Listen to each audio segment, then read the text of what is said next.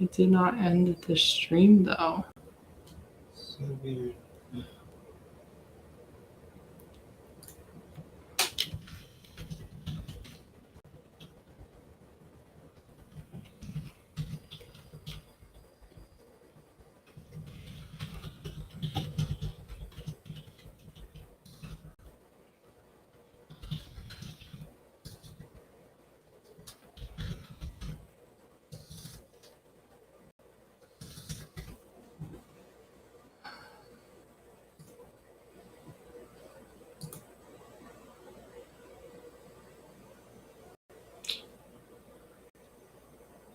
All right. This one's called Live with Restream.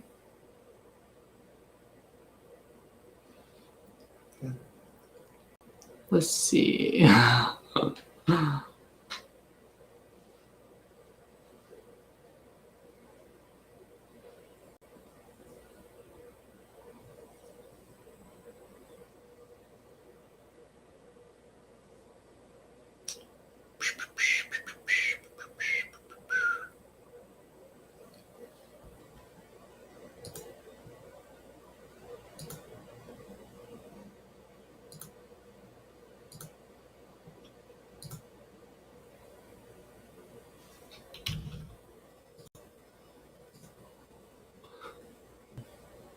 No. Not this one. Okay.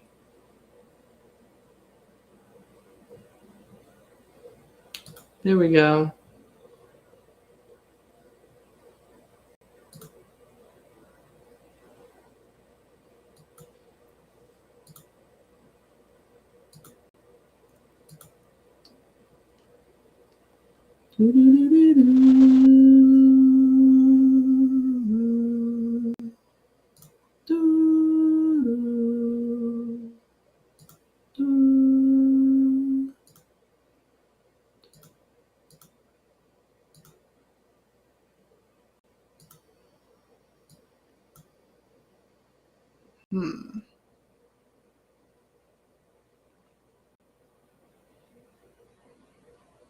Please enable channels. What?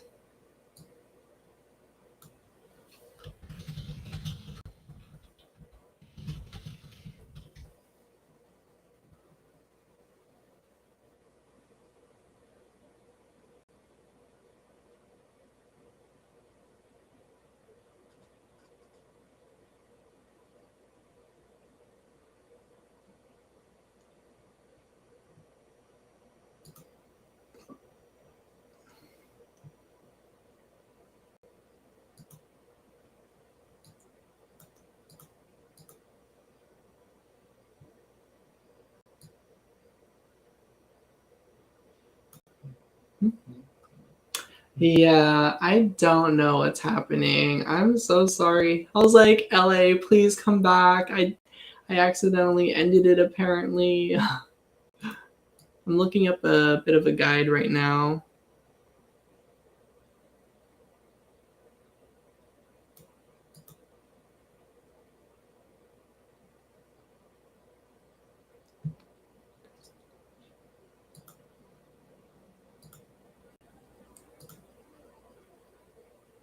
I see. All this.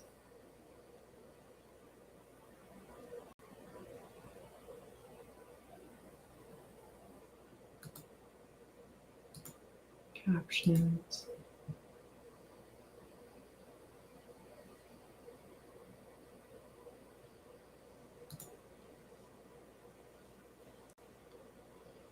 Wow, this is just not making sense to me, honestly.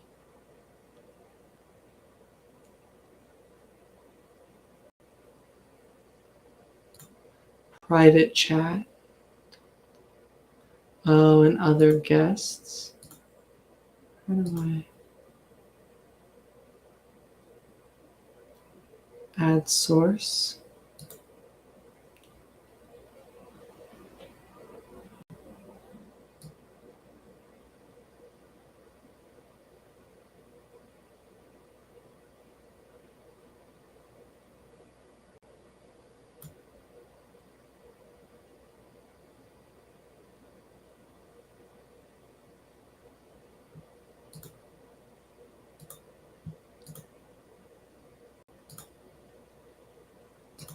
Create chat. Add destination.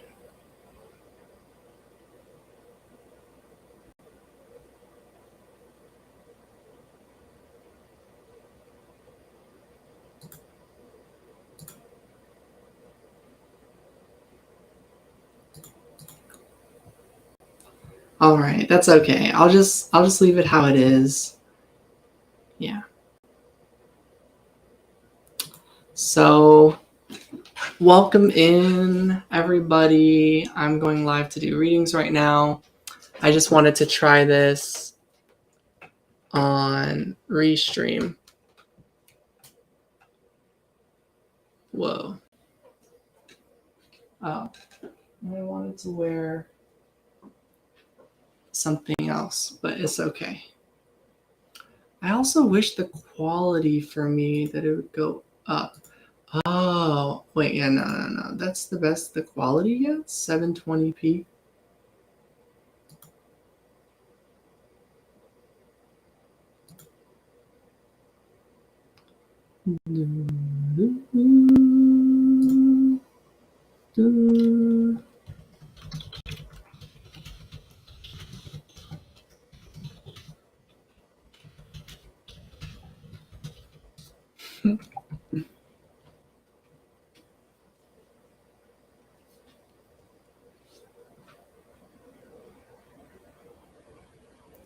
Cool.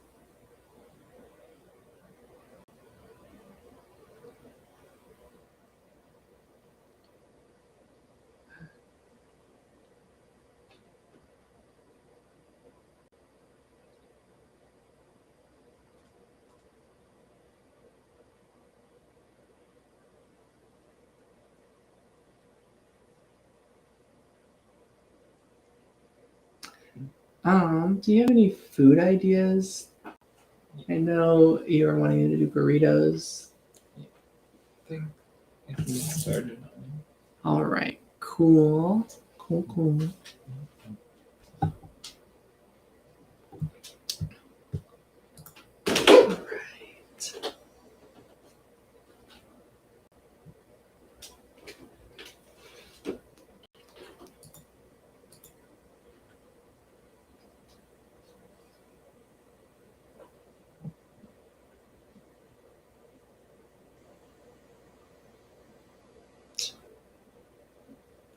So, welcome in everybody.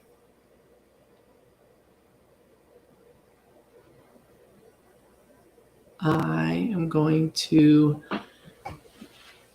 just ready myself, so I will be back in a few minutes. So, yeah, if anyone wants to do readings, go ahead and just let your question or put your question in the comments or in the live chat. I mean, want to ask a question? Yeah, take your time.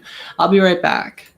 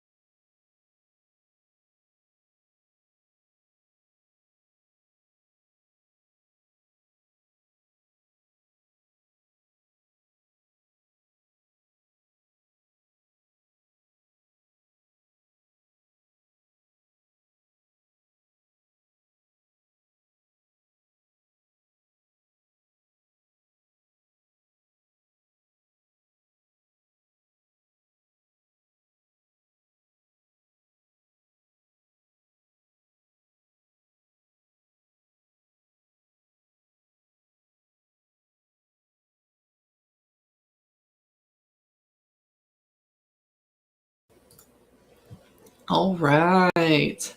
I'm back. Woo! All right. Let's see. Will I get a noticeable role as a movie extra? Will I get recognition as a movie extra?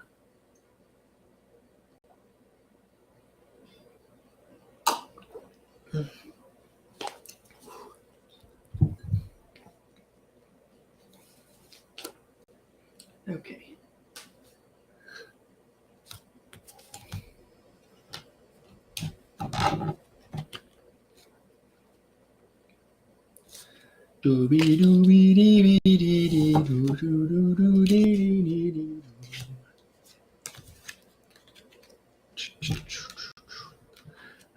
Can I ask, are you like, have you applied or worked on like movie sets or anything like that? Like, do you have any sort of background or current like work in one of those places? Ooh, I'm getting the Two of Cups sideways, so I feel like it's in the works, and it's more like you've been dreaming about it and actually kind of starting to seriously go for it is what I'm getting. The Sun card, positive, rebirth, illumination, visualization.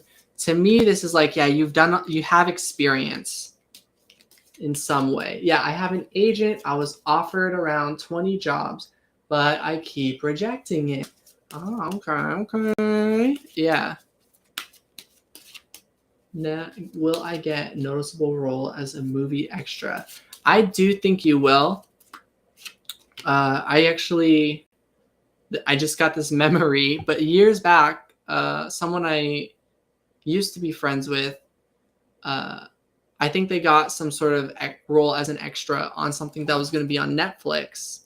And that felt really, really cool. And yeah. So that tells me that like you could probably do that. And that's cool that you have an agent.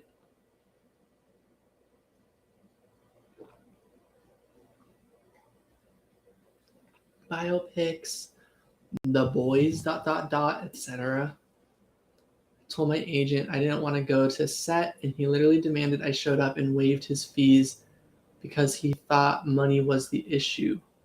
My agent is super eager. What are biopics and The Boys ...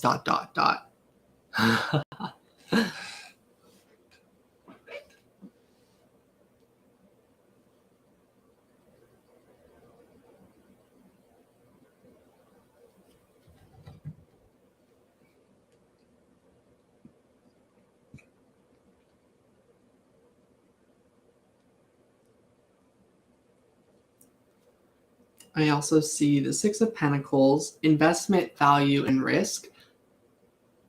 It's like stories on celebrities' lives.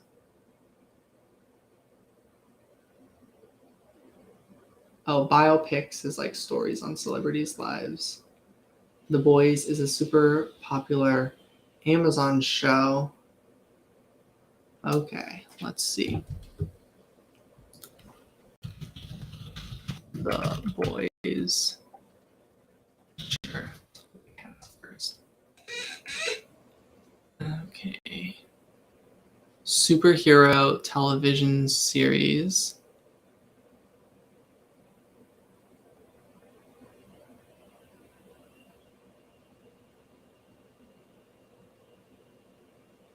I see.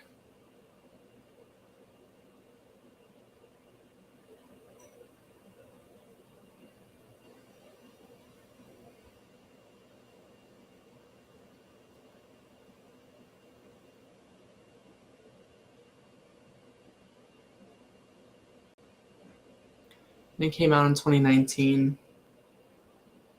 And it's super popular, surprisingly.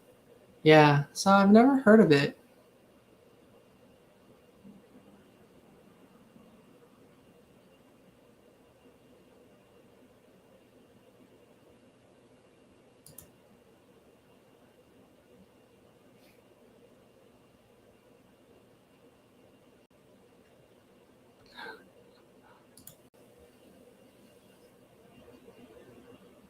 That's cool though.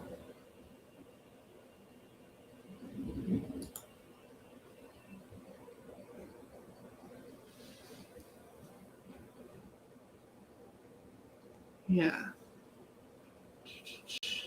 Can I ask why you didn't want to go?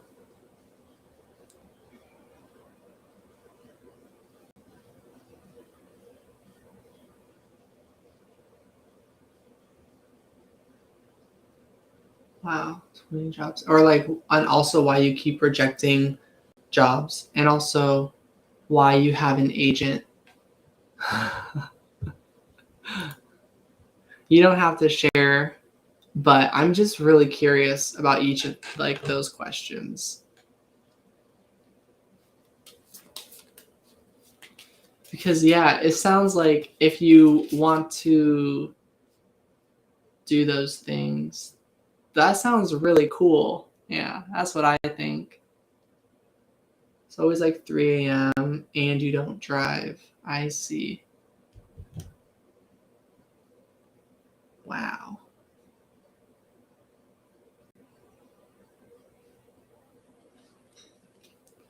The Knight of Cups. Protection, preservation, and defense. Yeah. So I'm going to lean towards yes to your question. Will I get a noticeable role or recognition as a movie extra? And it's like in the really rural parts, so middle of nowhere. I see. So it has to do with your accessibility to do it.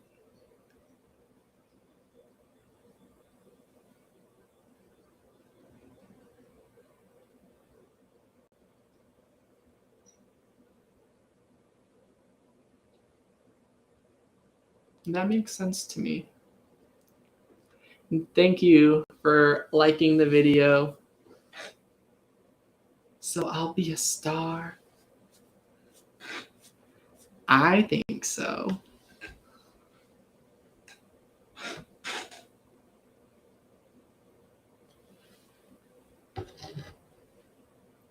Four of Wands. Yeah. Do you feel like you're a natural performer?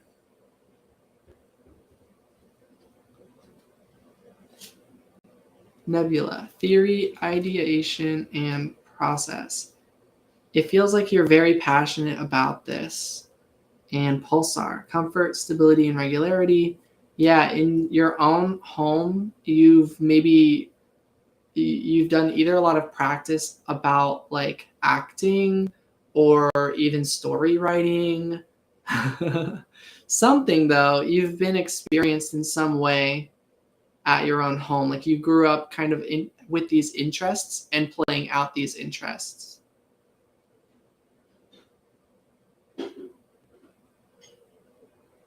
Like if you ever had school projects where you had to do like skits or come up with like something like a performance, maybe you actually really enjoyed doing those. Super reclusive, no one knows me, so I guess like dreaming about everyone seeing me on the big screen gets me giddy. I hated drama class, Lamau.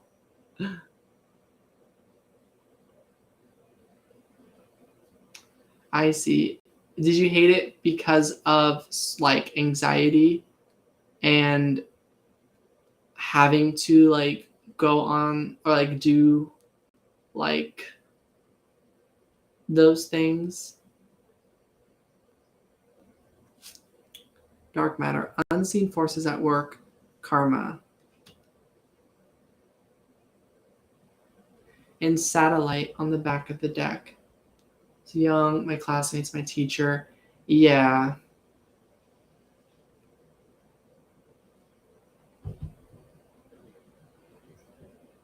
Let me rephrase like at those times when there was like, oh, like the in those situations, so like for example, I was a part of band class, and oftentimes I actually kind of hated band class, but I love playing instruments. And all of the requirements of doing that in the school setting, I hated that. but getting to play the instrument itself, I liked. So, like, for example, drama class, maybe you had access to costumes and props and getting to work with them.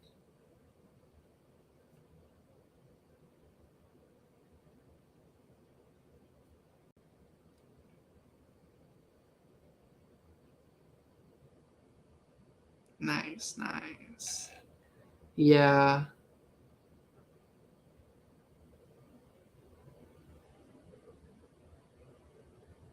I'd say, like, one way or another, you are going to build on that.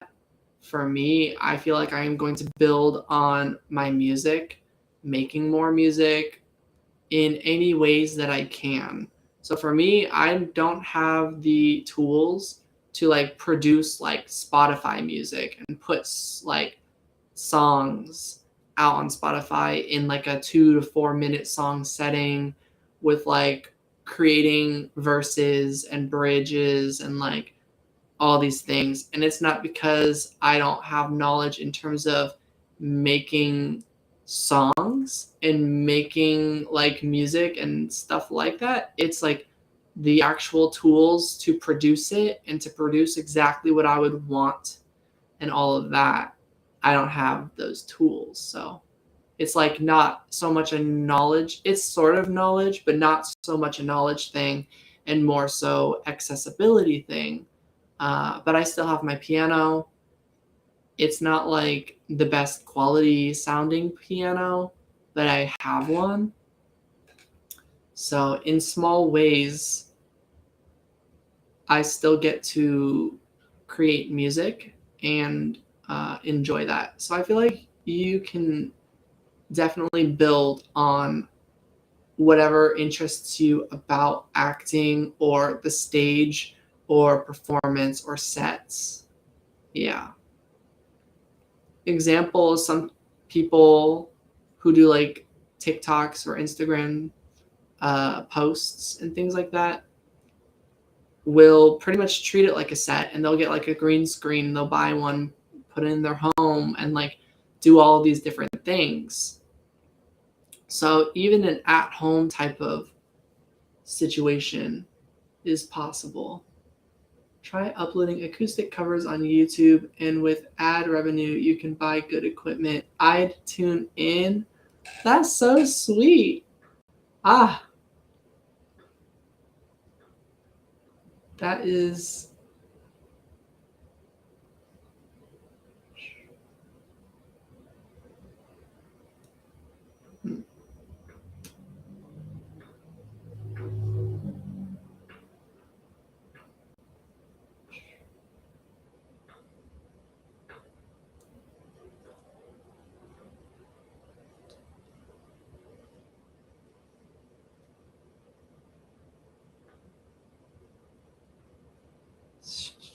So I'm going to be entirely honest about something.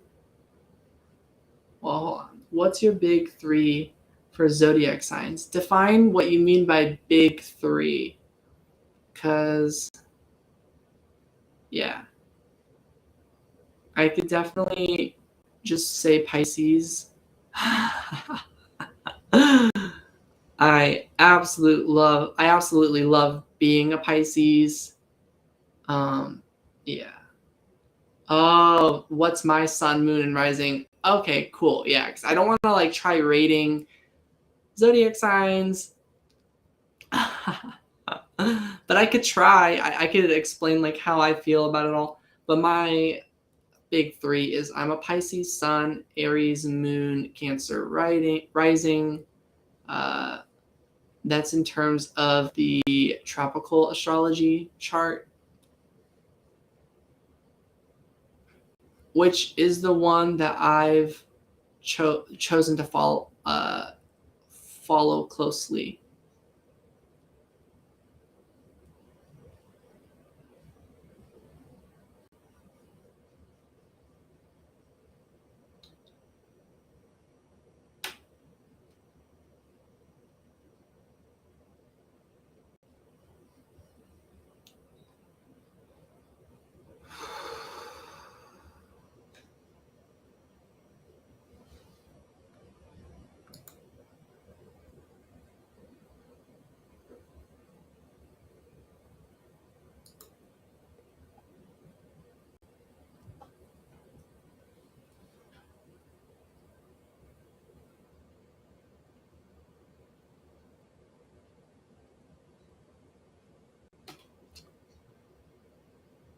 Sagittarius sun, Gemini moon, Capricorn rising.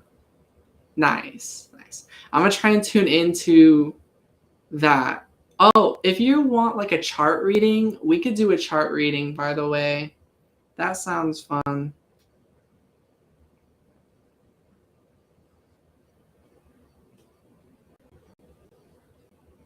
All right, what was I doing?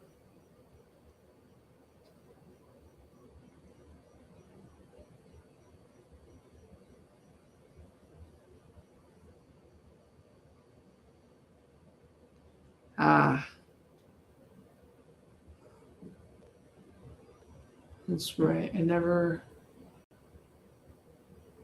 Gotcha.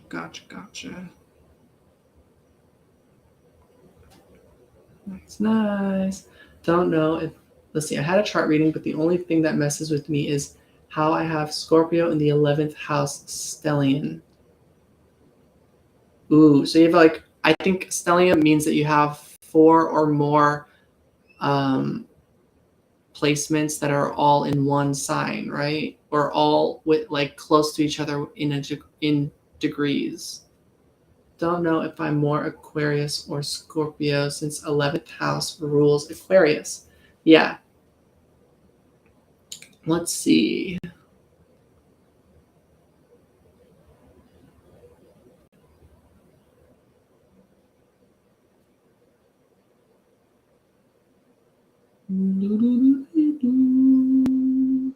Pluto in Capricorn, House of Pain, and Sun and Mercury in Scorpio. Let's see. Scorpio in the 11th house, which means the 12th house after Scorpio is Sagittarius. And after Sagittarius is Capricorn. Okay.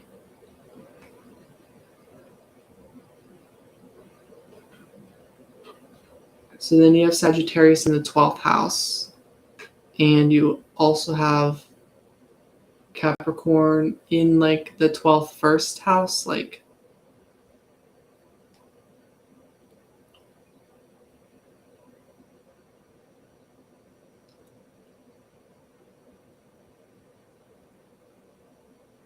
Pluto and Chiron.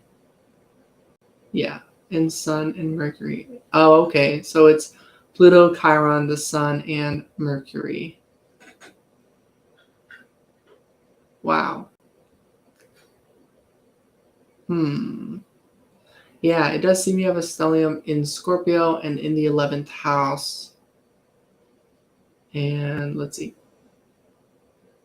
And I was going to give my thoughts on what that might mean. Makes me the biggest airhead. I have Uranus and Neptune in the first house. Basically like Pisces, Aquarius rising. But I thought you were in a Capricorn rising. So that's where I'm getting confused. Oh, gotcha. Uranus and Neptune in the first house. But you have Capricorn, perhaps, in the first house.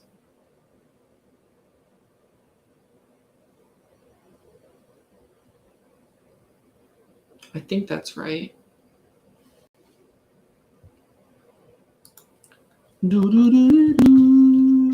It's hard because I'm like visualizing your chart.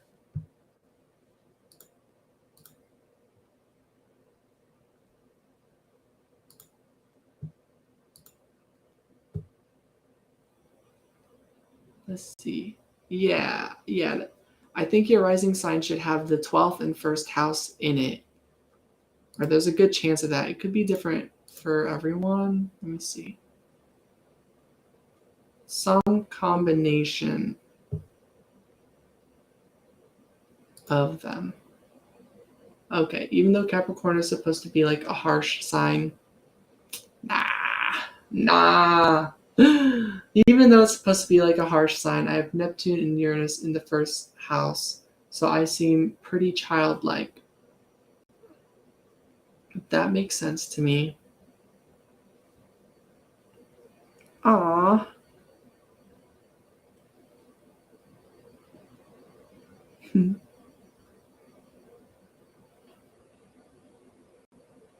Cute.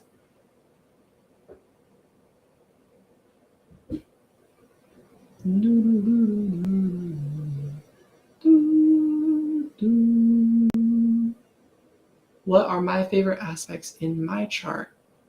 Okay. Let's see. Well, I am a Pisces stellium. I'm like a Pisces Aries stellium. It's kind of like a 2-in-1, but more so leaning towards Pisces. So I have the Sun, Mercury, and Venus in Pisces. And I am also like my midheaven sign is also in Pisces. Yeah. And then I have the moon on the cusp of Pisces and Aries. Yeah, did you know that? You can have a cusp for your moon sign. I mean, you can have it for every planet as well. But yeah.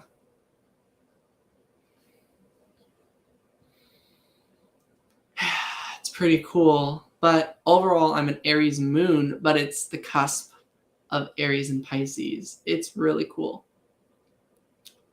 So yeah, I kind of have the moon in Pisces, but it's officially in Aries. And then I have, what's that one? Saturn. I have Saturn in Aries as well. Yeah. Also very early on within the first degrees of Aries. So if you look at the chart, it's just like many placements from Pisces over into Aries with the midheaven kind of like not bisecting it evenly, but I guess the term would be dissecting, but I'm gonna say bisect anyways, because out of those two terms, math wise, I like bisect more. If I had to guess for you, I would say you are a Virgo sun, Pisces moon, and Pisces rising. Wow, water baby. Pisces, Pisces, Pisces, Pisces. And an Aries moon. The biggest sweetheart, but don't bother him, lol. That's funny. I never got to know the exact placements of most animals that I ended up spending time with.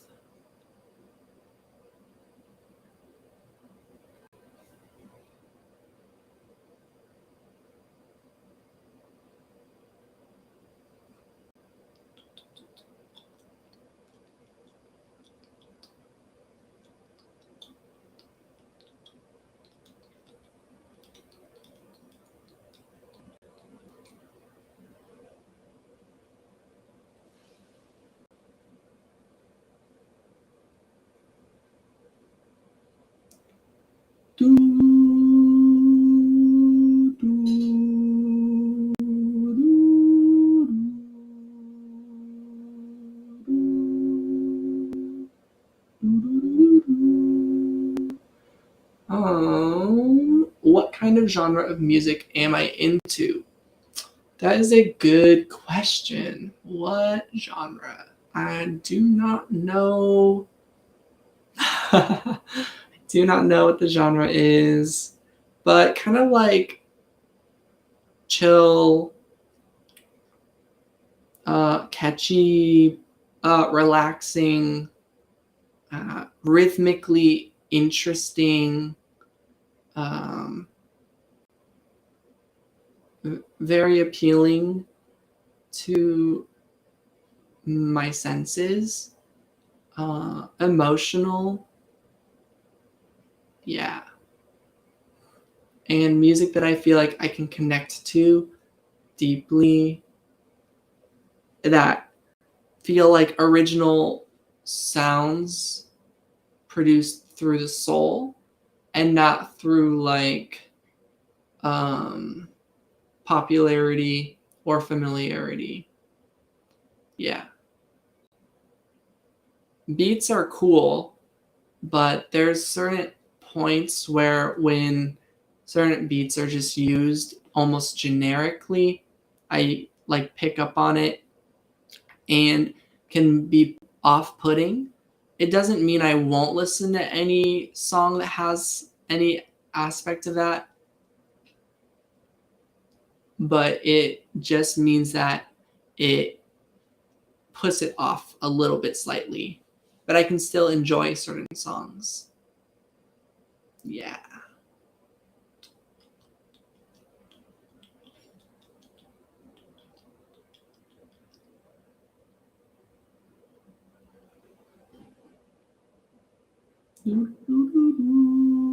I can send a link to what I started listening to recently. Mostly it's the first couple songs. There's some songs that are playing on it that are kind of eerie, but besides the eerie songs.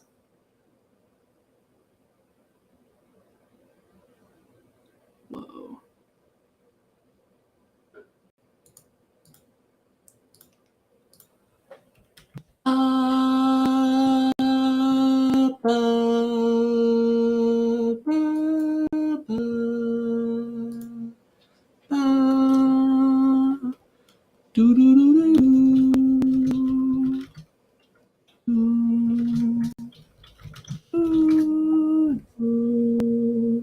Yeah, this one. Okay.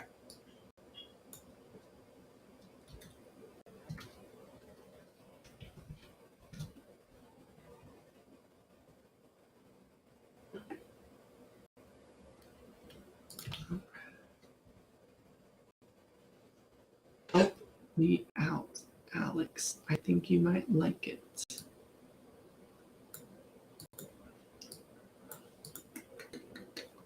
I will try to check it out. One thing I will say is nearly all of the music I listen to at the moment is either in Japanese or Korean. Yeah. So I don't normally listen to music that's in English. Yeah. So yeah, that's something.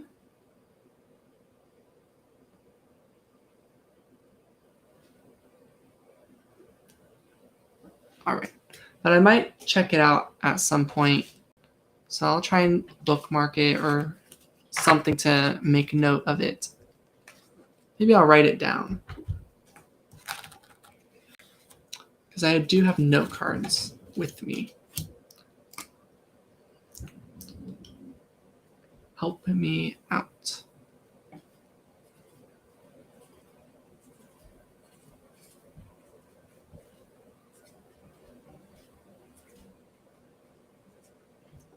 Nice.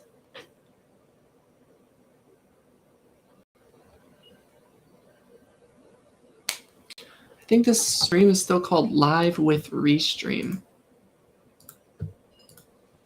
If I changed it to tarot readings, that would be good. All right. Readings. Tarot readings. Sonsonmushi.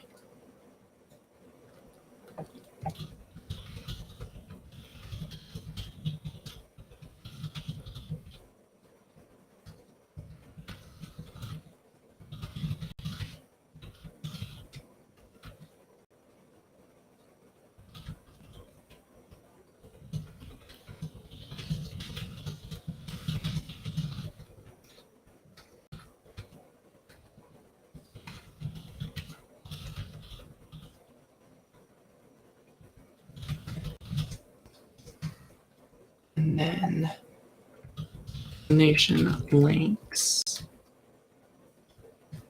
PayPal. Cashapp.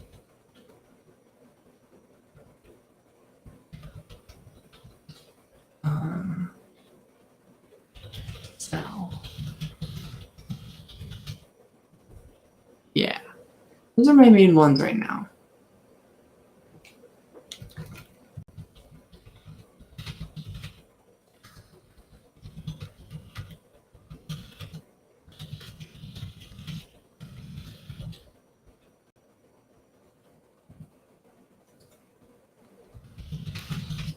Yeah, this is pretty good. Let me click next.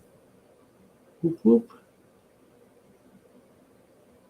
Alrighty. The title should have changed.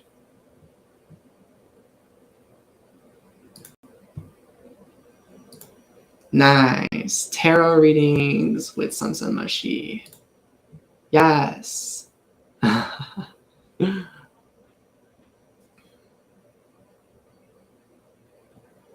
Yeah. I'll have to learn to do a few other things. I did gain some new experiences over the last week. One of them being Restream. This is my first time doing Restream by myself. This is my first time doing it on this channel, but not my first time doing it in general. So I gained quite a bit of experience on some things that I probably wouldn't have looked into on my own. So yeah, big appreciation and thank you to my YouTube friend. Yeah, I'll start with that. And yeah, pretty much we've been doing, as an update to the channel, I've been doing tarot readings with my friend on her YouTube channel. And yeah, my friend uses Restream. So yeah, I learned about it through that. But this is my first time like on the like moderating end, or whatever the term, management end, where I can like click on the graphics and all these different things. Yeah. So it's really cool. But speaking of that, I need to do a bit on this chat. What is my 2023 solution?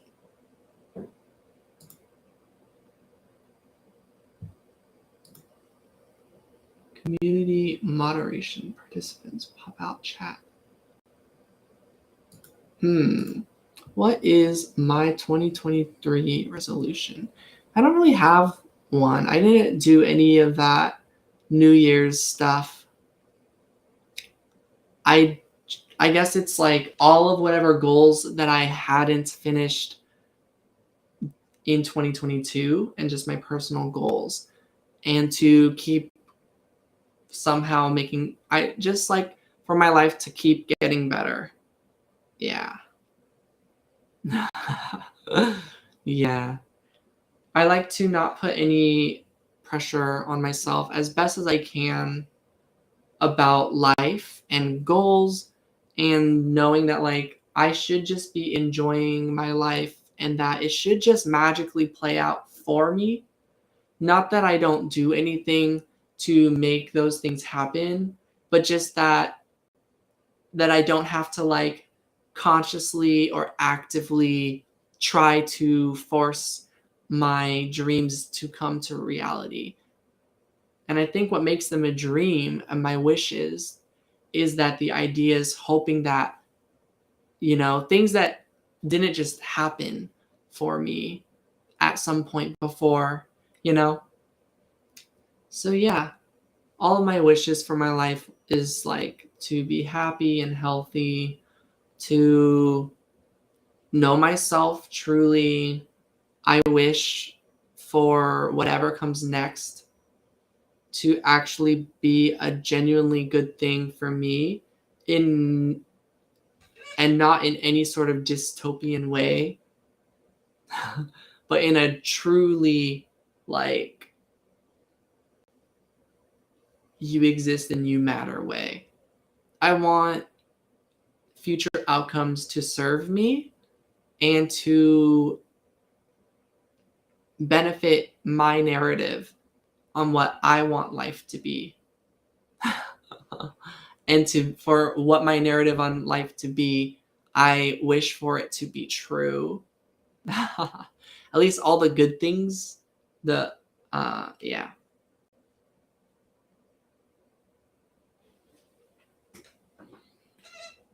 Yeah.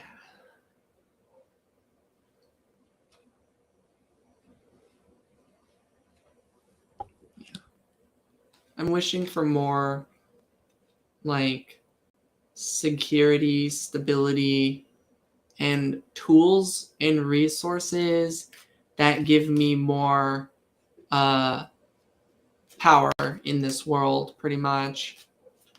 More power and freedom and ability to create specific outcomes in my life. Yeah. Yeah.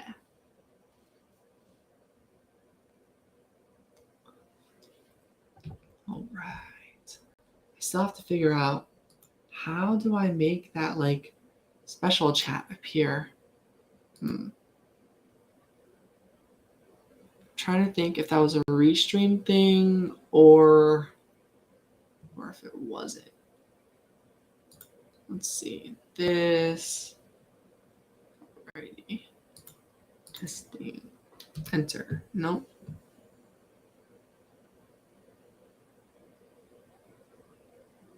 Click on them to showcase on stream. Let's see. Wee! Yeah. And do you have any goals or any resolutions for 2023?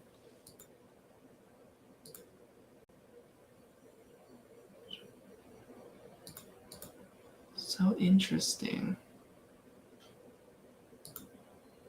Let's add a source.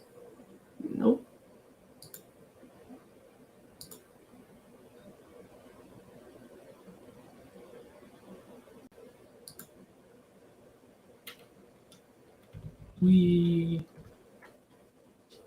That doesn't do anything.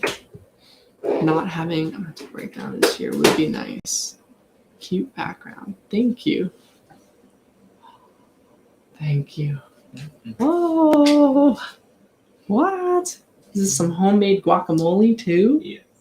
Ooh, give me some of that hot sauce, please. It's also in there too. Okay, that. Yeah, bring over just in case.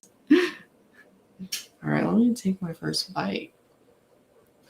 Pretty much it. I think that's a good one. Yeah, that would be nice. Well, I don't need hummus, but I will take this. Okay. Wow, I appreciate it. And, come back if you want any hot sauce as well. Okay.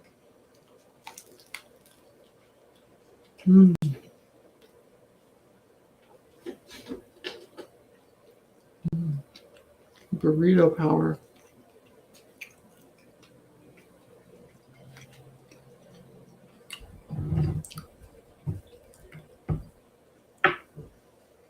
Yeah, you got this, LA. You deserve a really good year for your experience, both externally and internally.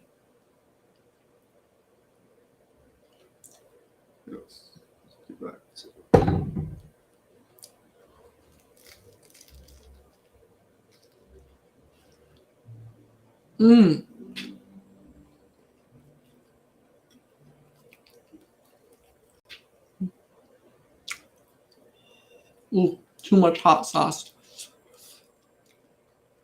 Ooh.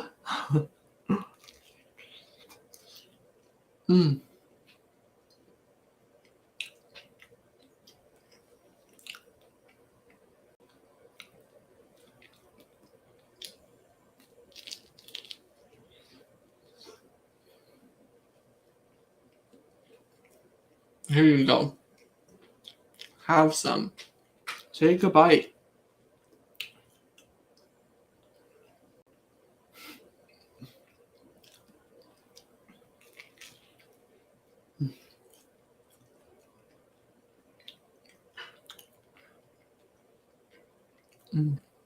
I think getting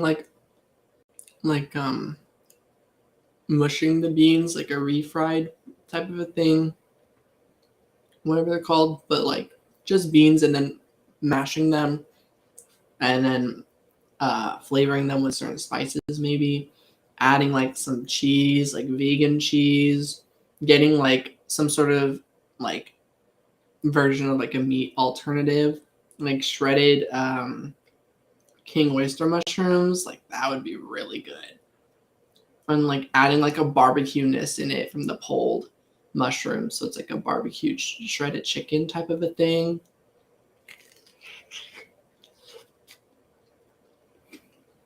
That would be so good.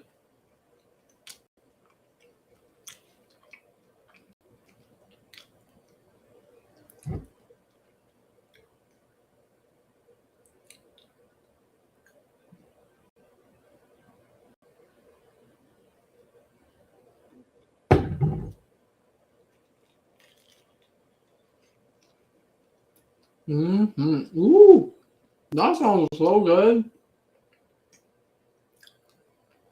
Recently, I've been saving some posts about making some of those types of tacos.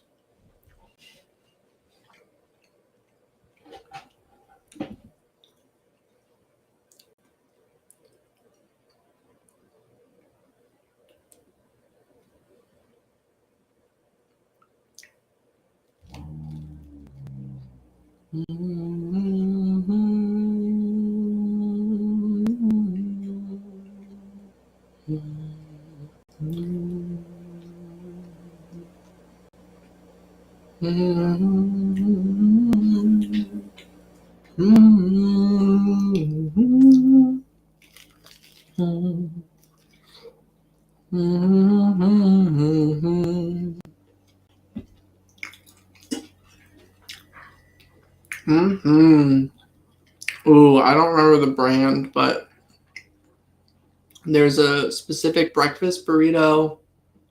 So good. It is so good. It is pricey, but we enjoy it whenever we can, honestly.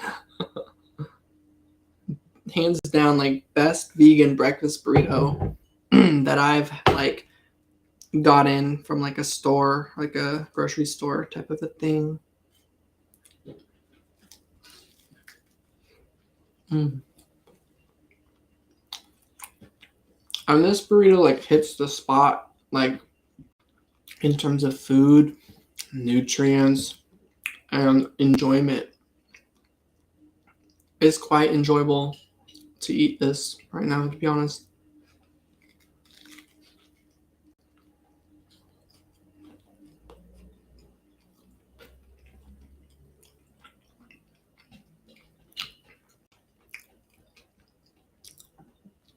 I'm hoping some people come into the live chat soon, because I really, really want to do tarot readings with people. And yeah, I'm honestly really hoping for at least a few donations tonight.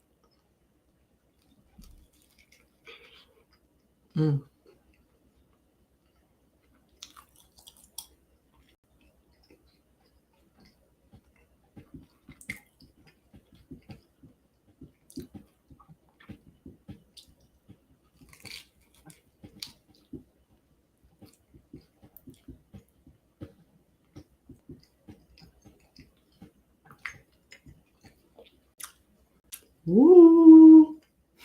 I am glad you're here, LA. Is very much appreciated. Honestly, having even one person on the live stream makes already quite a big difference. So it is very appreciated. Also, if you want to ask another question and get another reading, I'm happy to pull some more cards. Right now, I have 3 different tarot decks with me and a couple oracle decks as well, even. And I'd be happy to show which decks I have at the moment.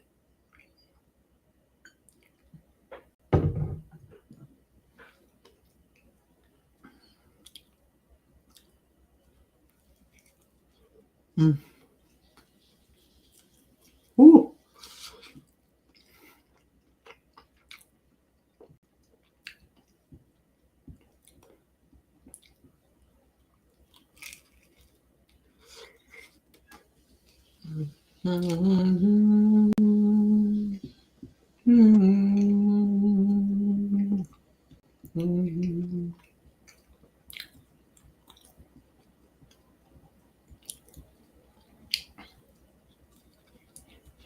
Okay.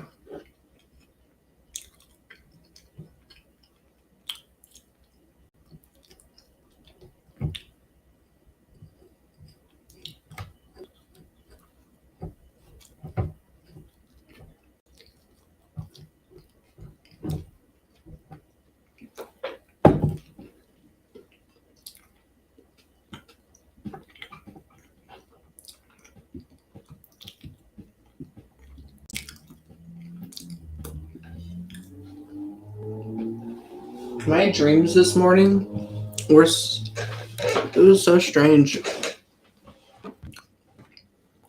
I had a dream that I ran into someone that I used to be really close with. I used to be considered best friends. And then, like, I ran into them at a Taco Bell / Cinnabon. And I was just like, nope. And I, like, walked away, like, angrily. And I just went somewhere else. And then the rest of the dream was like I was at a mall searching for Cinnabon. It was so funny. Yeah. All right, I'm turning off. Oh, whoops. Sure. Okay, let's just do that. I got the 6 of Wands. It's going, oh, with the lovers on the back of the deck.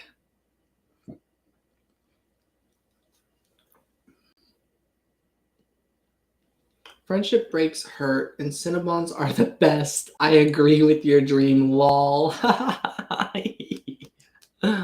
Yeah, my subconscious, really has a lot. Yeah. Okay, so I got the 6 of Wands with the Lovers card, and to me, your first boyfriend is going to be someone who is similar in the sense that well, by similar, I mean like arts, like they enjoy the arts, creativity, expression, maybe even literally dancing together. If you feel like you're the type of person who you've wanted like a dance partner, I feel like your first boyfriend might be that. Like a dancer. That's my guess. Or like just they really enjoy expressing their art or creativity, music, expression, movement of some kind. You might be someone who might not normally do a lot of like active stuff, like hikes, being outgoing and doing things, but maybe you've been looking for the kind of partner who, if they invited you to kind of do some of that stuff together, that you'd be curious to go on an adventure and be like, I wonder what that's like.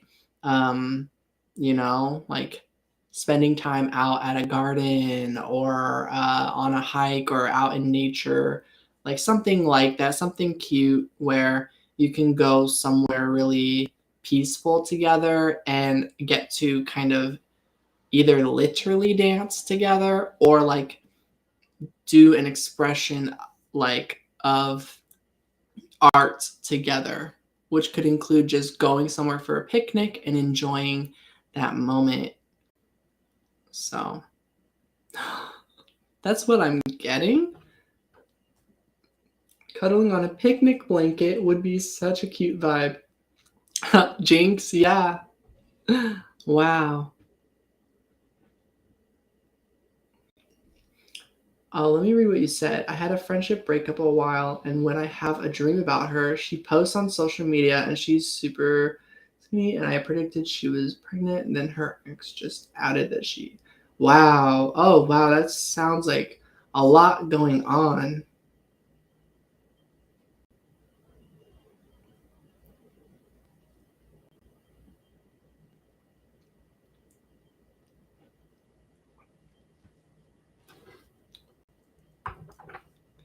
Yeah. So that's what I have.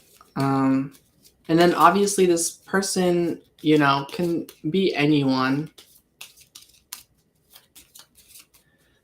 I feel, of course, it's important, not to place certain expectations on like what a partnership is supposed to look like. But it's okay to know that you want to experience or that you're looking for certain things in life when it comes to your partner. Can you check to see if we both have this connection or if I'm just more tuned into her? Please is driving me nuts. Her name starts with a K. So do you and K both have this connection or are you just more tuned into her? So I'll pull a card for the energy behind just if you both have this connection. Yeah. And I'll pull a card on if you're just more tuned into her. The High Priestess, and then is what I got for the first part of that. And then when I put down the other card, it kind of like nuanced in that direction. So, and then this card is literally walking in that same direction. And it's the Queen of Cups. I think if I were to say, I feel as though currently you are mostly just really, really tuned in, very, very psychic.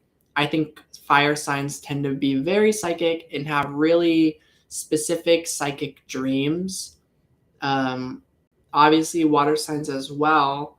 But yeah, Aries, Leo, Sagittarius, definitely a lot of like really unique dreams that feel like that make you wonder, like, was this dream real? Pretty much. So I'd say it's your psychicness or your just, yeah, your spiritual ability mostly. I think obviously the friendship is there. Gemini, even though we're not friends, I still worry about her safety a lot, even though she screwed you over. Yeah. Yeah, you've got a lot of love there to give to the connection with the Queen of Cups.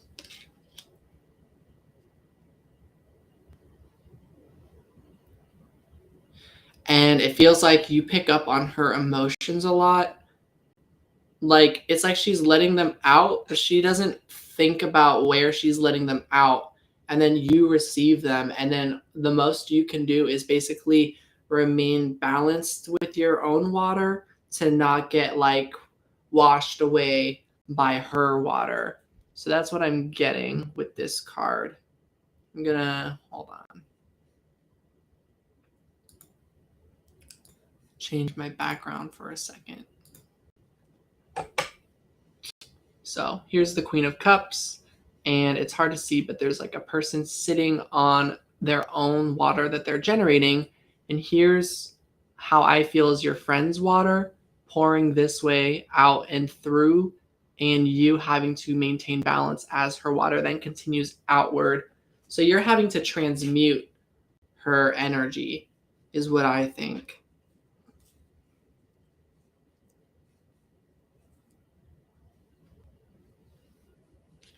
Yeah. So that's what I've got for that question.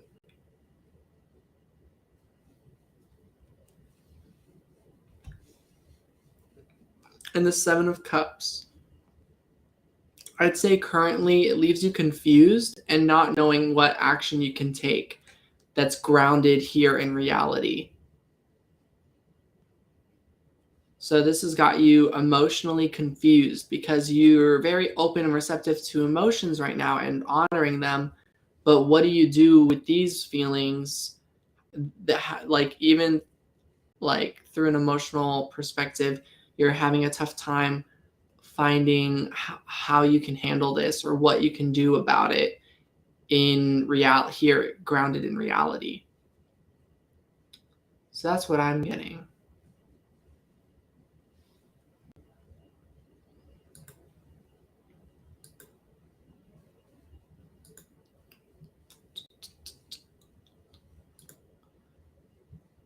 Hi, Alpha.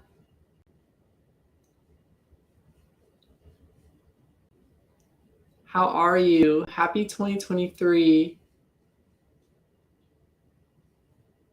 I don't have this with everyone, so does this mean we have a soul family contract then?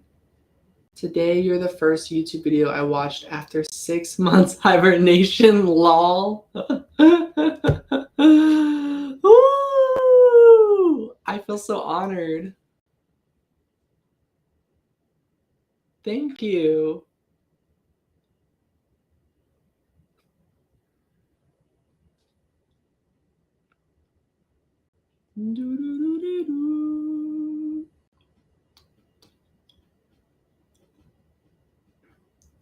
So does this mean we have a soul family contract then?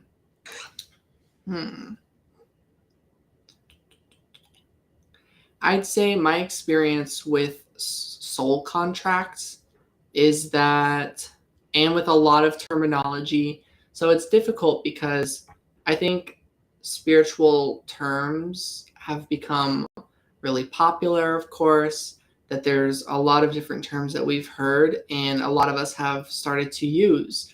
Soul contracts is one of them. And then there's like just so many. So something I feel like saying is that there's nothing wrong with that inherently. Just keep in mind that like having a big collective of people who share their spiritual beliefs, that it is spiritual still, and that ultimately I think we're all still just like everyone here on earth, anything that we have in mind is all theory, basically. We all are here equally having a mysterious experience where none of us really have everything figured out. It seems we all have certain pieces of information, certain puzzle pieces, or certain pieces to the puzzle, things like that. Aww. Thank you, Alpha, and you too. I'm wishing you all the best. I'm so happy for you. I know I still remember some conversations from now it's been so many years back regarding love life and difficulties regarding like that trope of a twin flame sort of a connection or dynamic, and how much you stepped away from that and how that helped a lot with your journey, clearly. And yeah, as time went on and like things just happened gradually, I basically stepped away a lot from it. I still, of course, feel the connection, just my way of handling it and just being okay with the way that it is, has gotten to such a much better place over the years. It's still really challenging for me, that connection, just due to how deeply I feel about that person. But yeah, I just wanted to say all that just to let you know I still remember. Because I know I know we have a lot going on, and more so orbit kind of from afar in each other's lives. But yeah, you still are an important connection to me. Yeah. But yeah, I hope what I was saying makes sense, LA. But basically, yeah, I kind of generalize everything as kind of like karma now, because I'm like, how we feel and like what plays out in a connection, it's really impossible to predict. Yeah. Thank you for sharing. You're such a beautiful soul. Ah, yeah. I'm glad to share.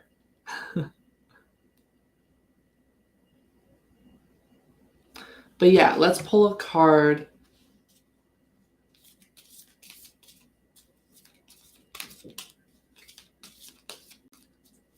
But I do think, yeah, this feels like an important connection to you. Let's see. The King of Wands. There's definitely lessons and reflect, like, I think this connection reflects really important energy for some reason to you. 3 of Wands. This connection maybe has helped you learn more about what you want in friendships, in love, in life. And that's what I'm getting.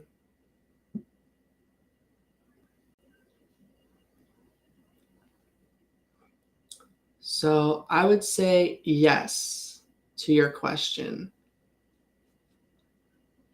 There seems to be like a soul family contract there.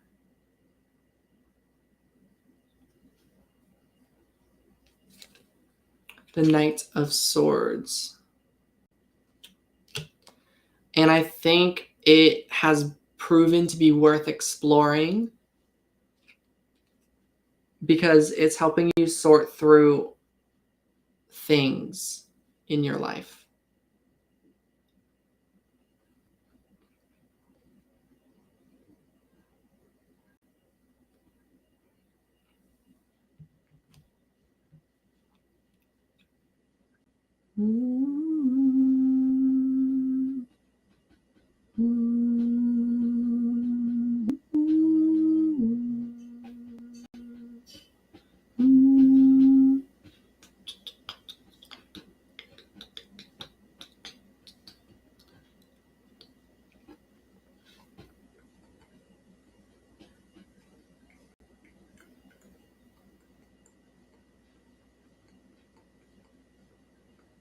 Yeah.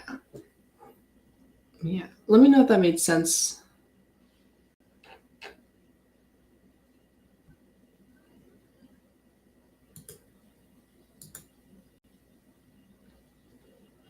Iffy about rekindling anything just in case she became a worse friend. Yeah, I do think that tends to happen. 4 of Pentacles. I don't think the dynamic of that connection is going to change. So something that I've kind of felt very strongly is whatever dynamics you experienced in past connections, it tends to not really change. It doesn't mean that it's always like that. It doesn't mean that it will never change. But yeah. It does mean, however, that oftentimes the other person will have to go through a journey and decide for themselves if it's worth it to put the effort in to treat you better and to make amends or even to get better closure.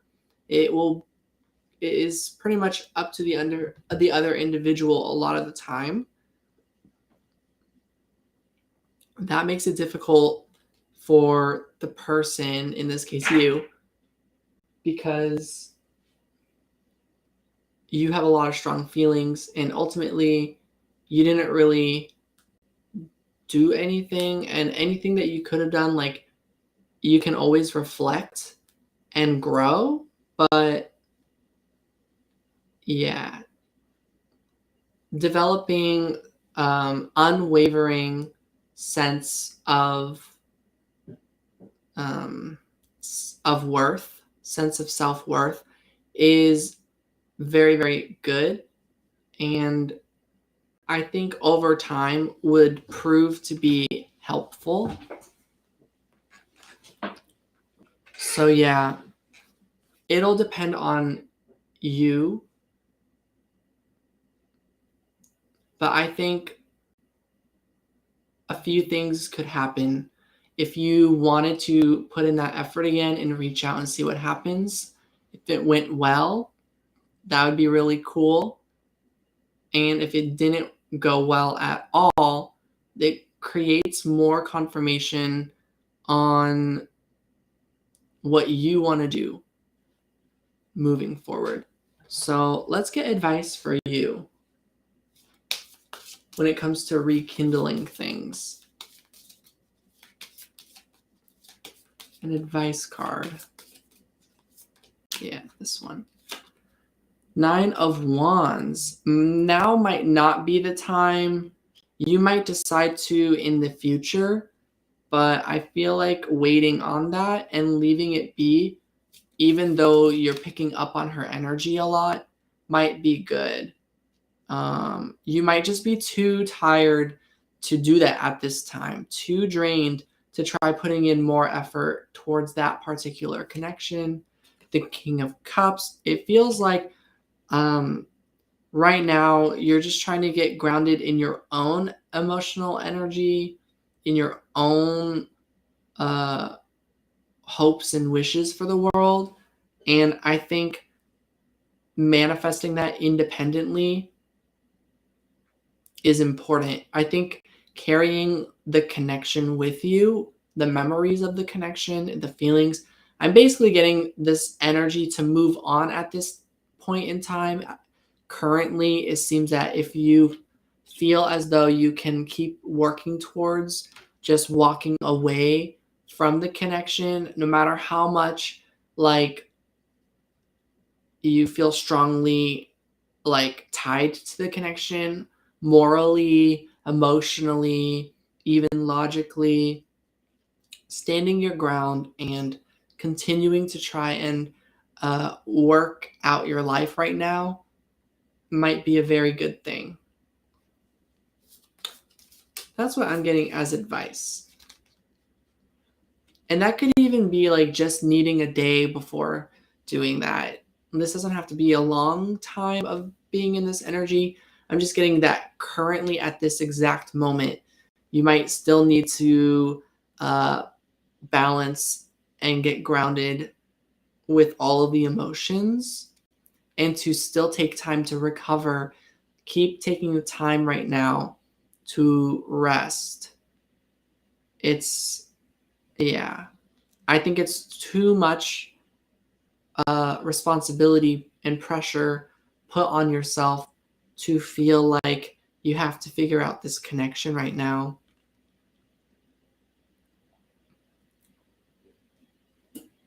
So I feel like it's unclear if Kay is ready at all, but I feel as though you might not be 100% ready yourself. The 10 of Pentacles. I think taking gradual steps at this time feels more important. I think depending on the way things ended between you and your friend, if it ended more peacefully, that right now things might be more intact for the future. You can be open and receptive if you feel it's a good time to give that connection another try. But yeah, pretty much this is going to sound kind of like cheesy or whatever, but follow your heart when it comes to this situation. If you feel it's really important for your journey to try and reach out or to have certain things to say to this person and you feel safe doing so, then I think as long as it was your decision to make, that you should do it. Yeah. So yeah, I think not manifesting. Well, like yes, but I think meditating on what you feel like doing right now and what you wish to do right now is key. What happens from that feels outside of your control, but it could be really important. For me, I'm choosing to go live right now pretty much and deciding for myself. I'm like, this is what I want to do. I have different intentions for it. I have the intentions of hoping to like get more financial support, but I'm also making the decision that I'm here to be here. Yeah. And to try and get bring back consistency to going live. Obviously, some other reasons is interacting with people. I don't really have a lot of social interactions with the public out here. Mostly, I just interact with my loved ones. Yeah. Make an Etsy for tarot readings. I considered that at one point. I'm not sure if I will, because it always feels sort of challenging that like I don't have like tarot decks to sell. Like if I made an Etsy, I know you can sell like digitally like readings, but I would like it to be like that I have something tangible that I can like send and do like a package tracking type of a thing.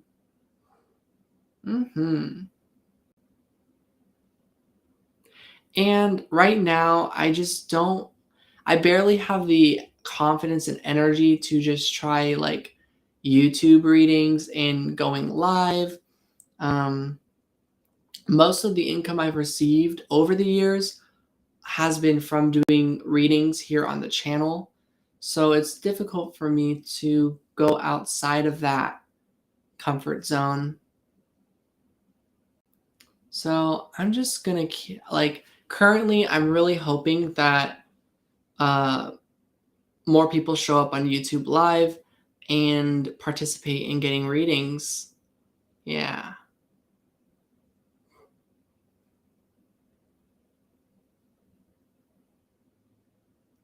Because yeah, I'm definitely interested in giving people tarot readings online and like both donation readings but also free readings.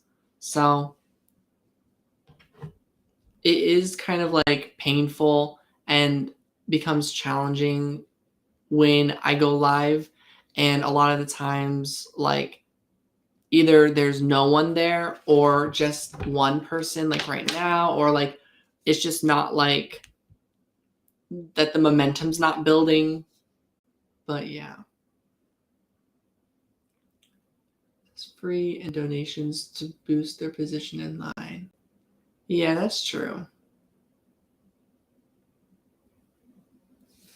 Yeah.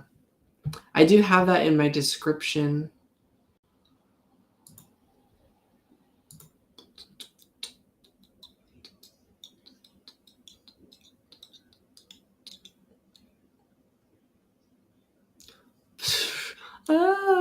No, don't say that, LA. I appreciate your presence. Where's the other string? Oh, I appreciate you being here.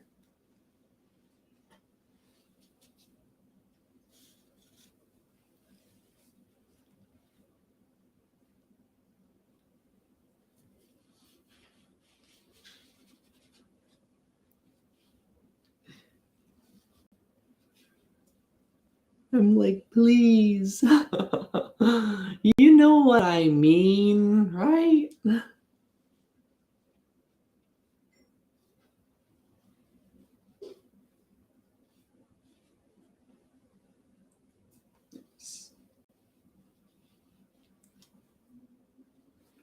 Cool.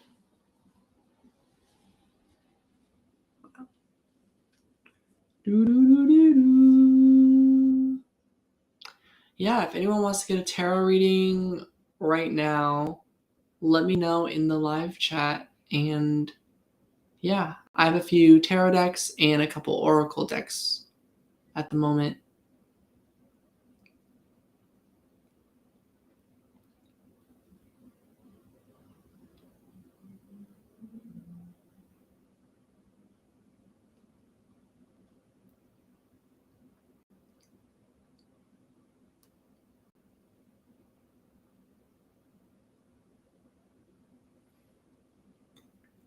Like, I think also having more momentum in the live stream would also be really good for whoever is currently in here, you know? But no one asks anything. Yeah, that's what I've been seeing as well. I don't know if it's because the people are either someone who knows me or they're shy. Like, yeah. But also no pressure for those who want to tune in but are like nervous or shy about like chatting. That's okay. I still do appreciate the attention and um, the time. Yeah.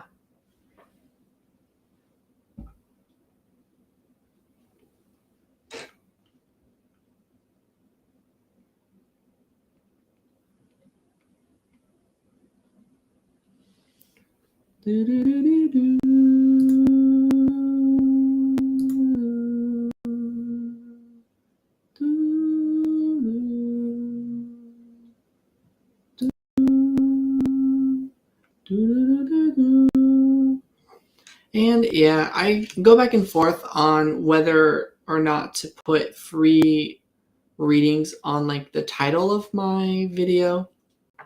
Honestly, I don't think it makes a big difference. I think it's just about whether or not my channel has traction at the time or not, to be honest. I think timing, um, because obviously, like, you're here, LA, and there's, you probably know a few people from the channel at this point, like Ilka. I've had like some long subscribers and friends. Like Alpha was here earlier. I have like there's a few other names that like when they show up, you're like, oh yeah, long time no see.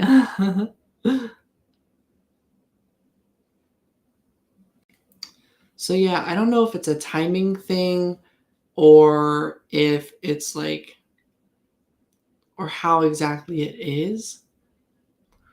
I just think if I start going live again more frequently and consistently and be there more again for people on the channel, then people on the channel who've been quite loyal to me, to be honest, and like a true like support, truly supportive of me as a person, at least on some level or another.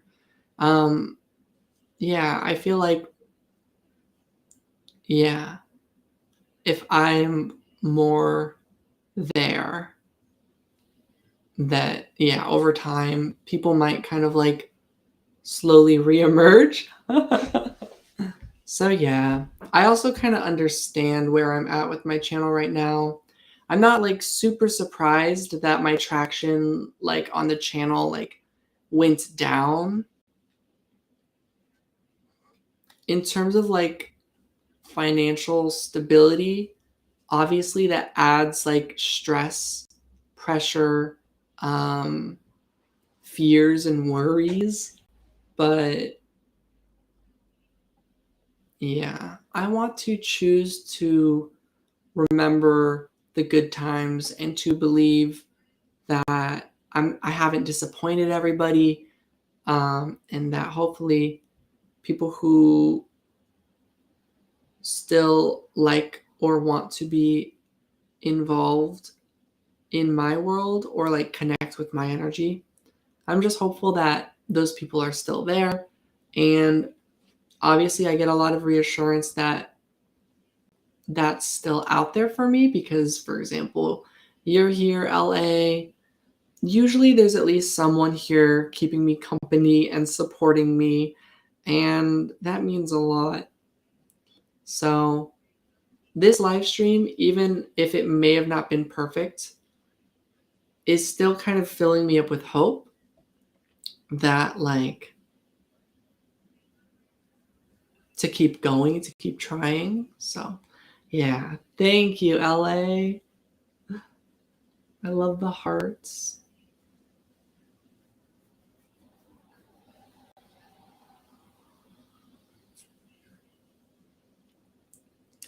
So, yeah, I'm going to keep trying to remain positive and to work through everything that I've been going through over the last few years, especially. But yeah, just in general too. The Sun card, the King of Wands, the Hermit. Yeah. I still feel good about this. Like, I've considered like other avenues, but every time I've reached out to people that I really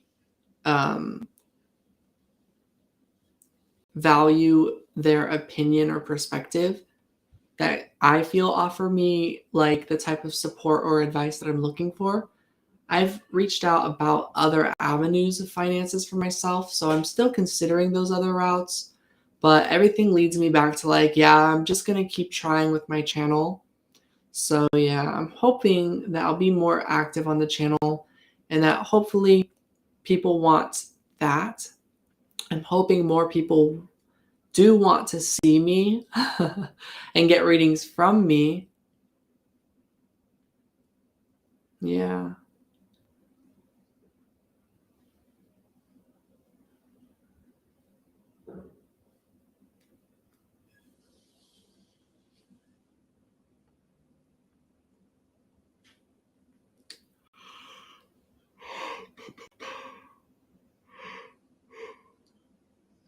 Everything in due time. I believe in you. Thank you. Okay.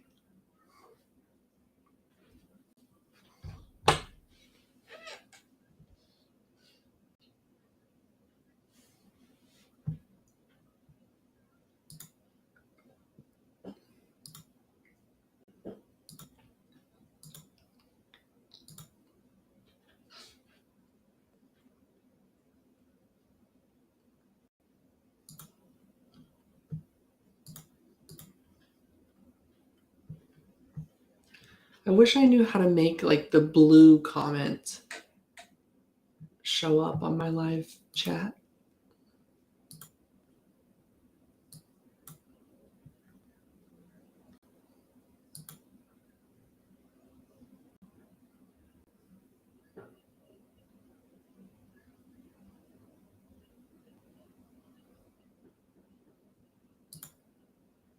What's this? Q&A.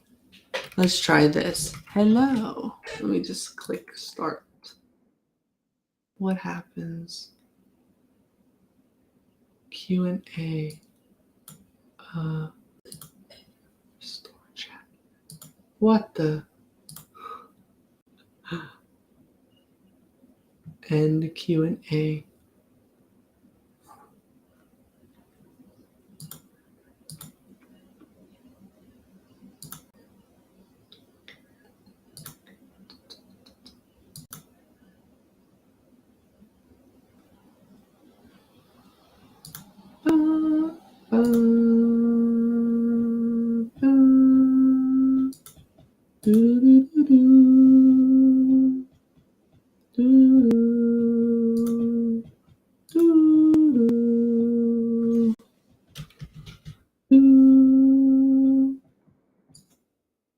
Oops.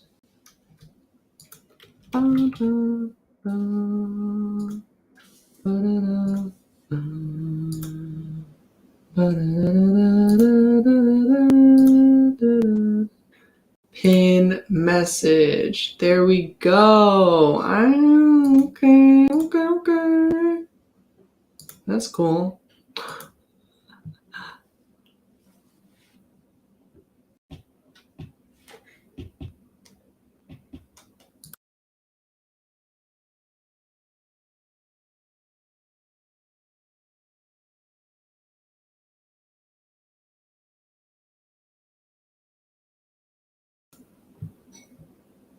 Nice.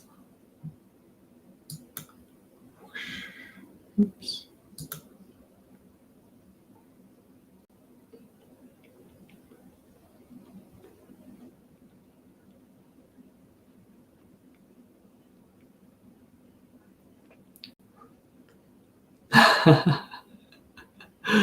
Thanks. Okay.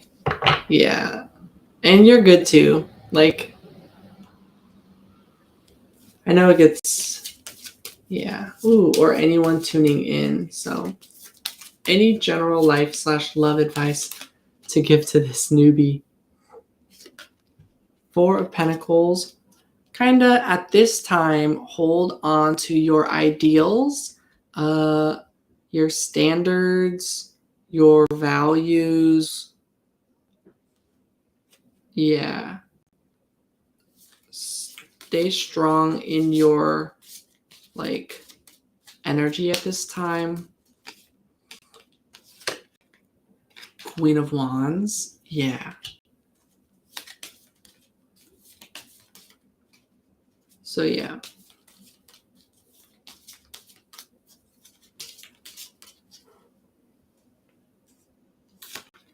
And the Hermit card. Yeah.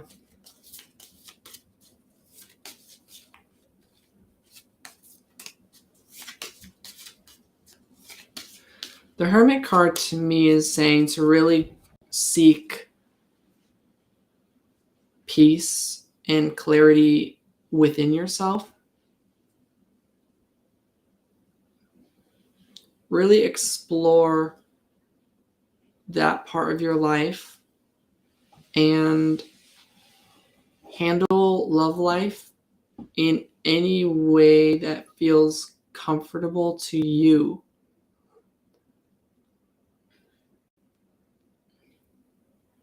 I meant from the heart, from you.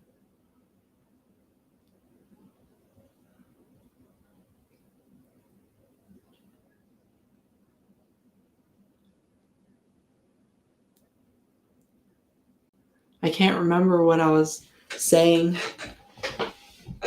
where you meant from the heart, from me. So, sorry.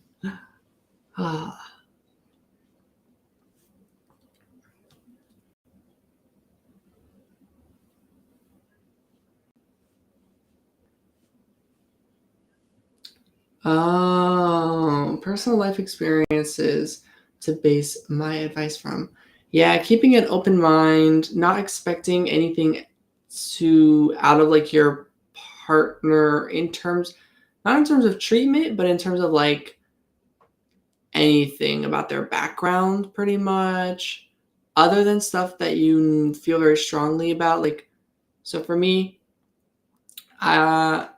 religion, I really clash with that. So it is really important to me that my partner has sort of similar views on life, because to me, my views on life are all about like how to treat people and stuff like that.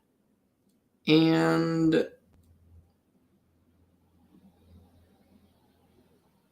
yeah, so my views and stuff really matter to me.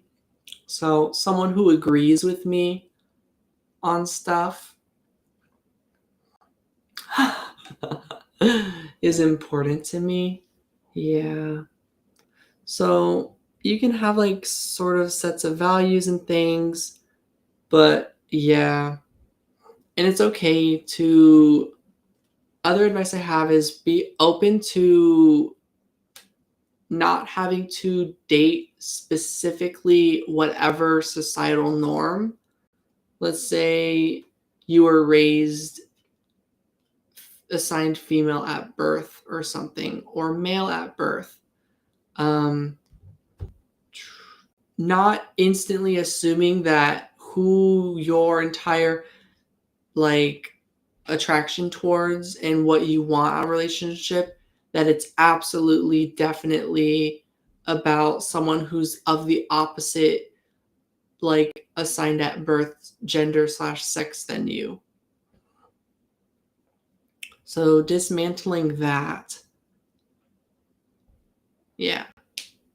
So dismantling strictly straight relationships is my advice, honestly speaking, as someone who is openly queer and gay and very much so about all of those things. So that's my advice. Yeah. I do not think being absolutely like straight is a like I don't think it's proving to be helpful and in the grand scale of like humans love life and connecting with people. I think it does a lot of psychological damage to claim that everyone is mostly straight or that being straight is considered normal. It's proven to be very damaging on a like global level. And it really bars people from actually even meeting connections and getting life experience in the dating world. There's nothing wrong with if you just don't feel any chemistry or spark with a connection, but if you're able to feel a spark of platonic romance with someone, that counts already. And people bar those connections off entirely if they happen to be like of the same gender or sex that was assigned at birth or something like that.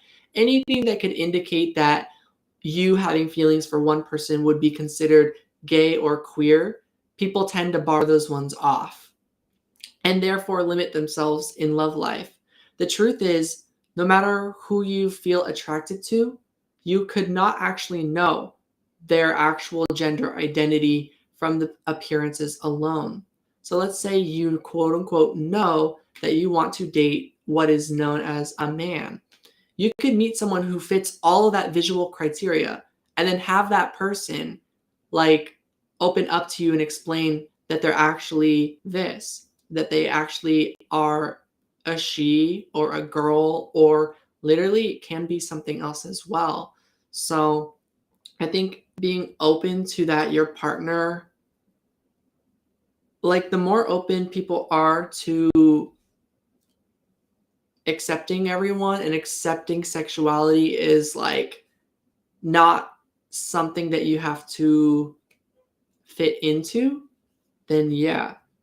Now, it's okay to end up in those relationships that are considered a straight relationship. That's totally fine.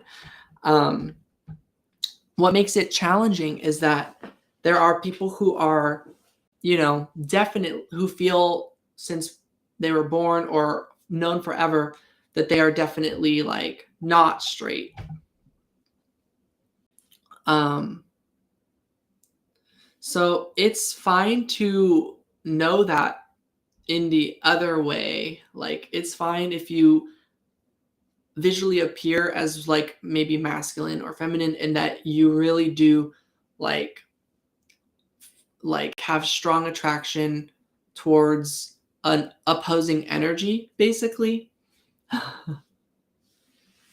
But yeah.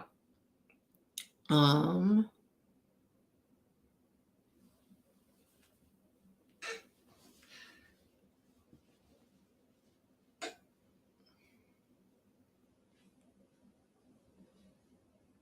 yeah.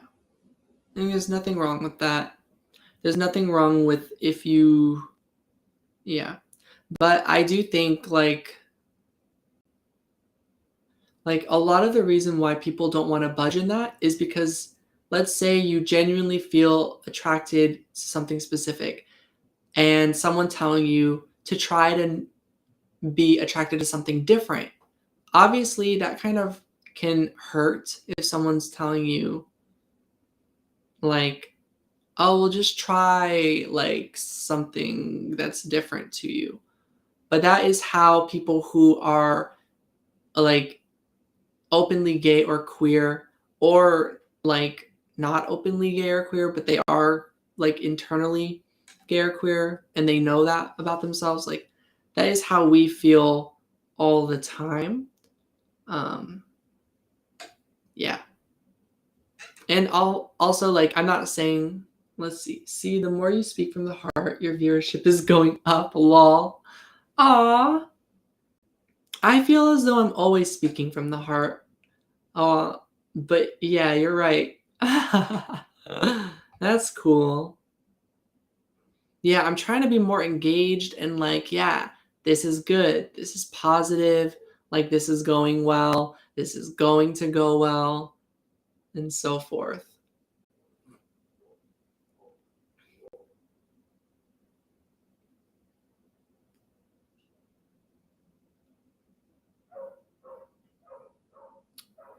So, yeah, that's my advice from the heart at this moment. Yeah. Just because I see a lot of people online when they're like, "Oh, I'm looking for a like people I don't even know how to talk about it, but like they'll basically be really specific on who they're looking for, whereas basically stereotyping people." And yeah, I would advise against all of that, of course, just because yeah, I don't know.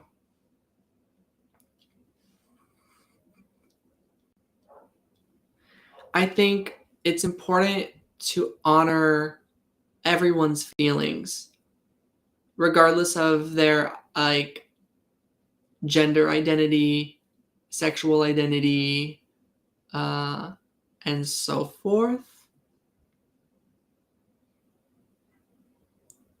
Honoring your feelings and others' feelings. What does it mean if a Pisces calls you 30 times a day? Does this mean he's really heartbroken?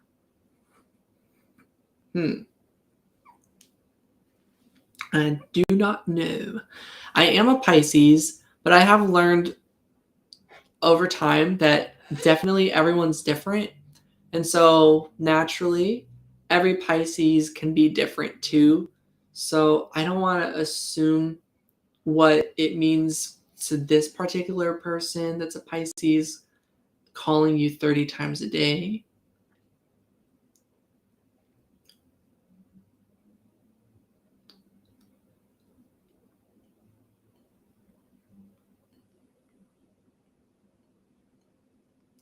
But if it's literally like 30 times a day, I feel like that likely means that that person feels very strongly about you and that they're trying really hard right now. Do you have a Pisces that calls you 30 times a day?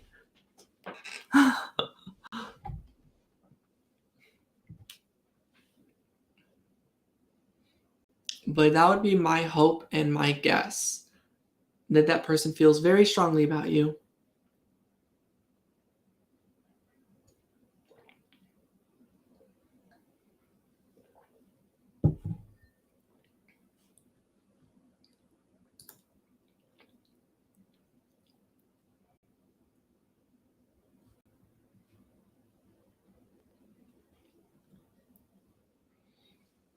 Do, do, do, do, do. Do, do, do. Okay, okay. Yeah, no, if the person is mean, don't let that their sun sign is a Pisces. Like, yeah. Like, yeah, no, no, no, no, no. Just connect with someone else then in that case. Yeah. Just pull an advice card about that. Two of Wands. Yeah, stick with your decision. Know the decision that you want to make and stick with that. Yeah. And the Page of Pentacles. Yeah. I feel like this is you turning away from his offers.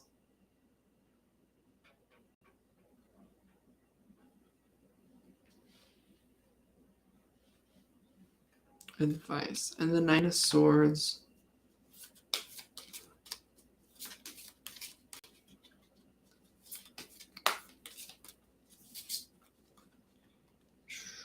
Yeah, I do think that must be really painful for that person, though. Ace of Pentacles, as it does seem they really are trying to get a new beginning with you. That seems like it's coming through a lot. Is not one I will accept. He's not a good guy.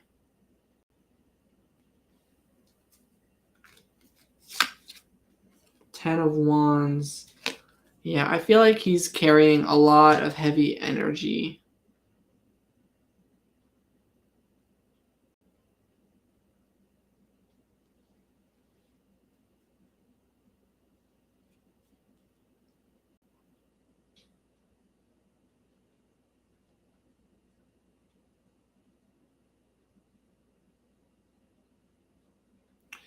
I hope he has the potential and ability to change, to be like a better person. And that may be really challenging for him.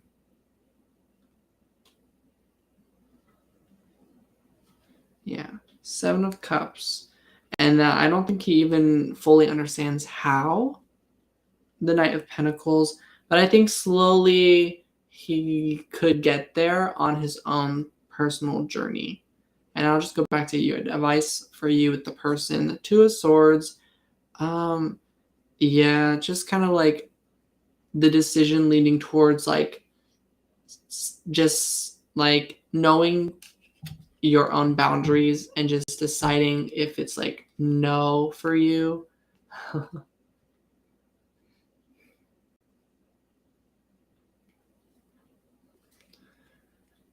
Oh, yeah. That makes me feel so sad.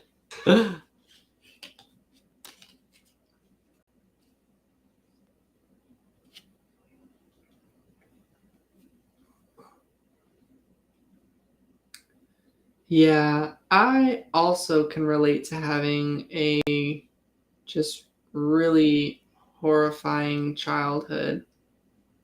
Horrific.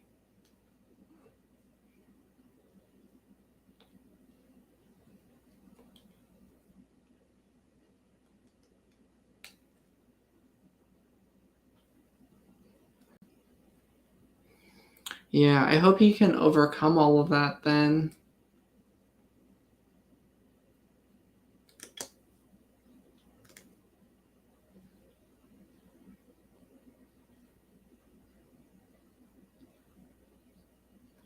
Bottling it up. I want to cry and get all the emotions out, but I can't. It's weird. If I cry, it'll be easier to like get over him, but it's like I'm bottling it up.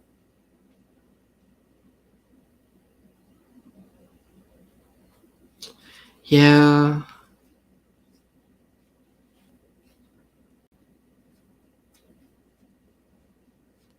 This might take a long time then.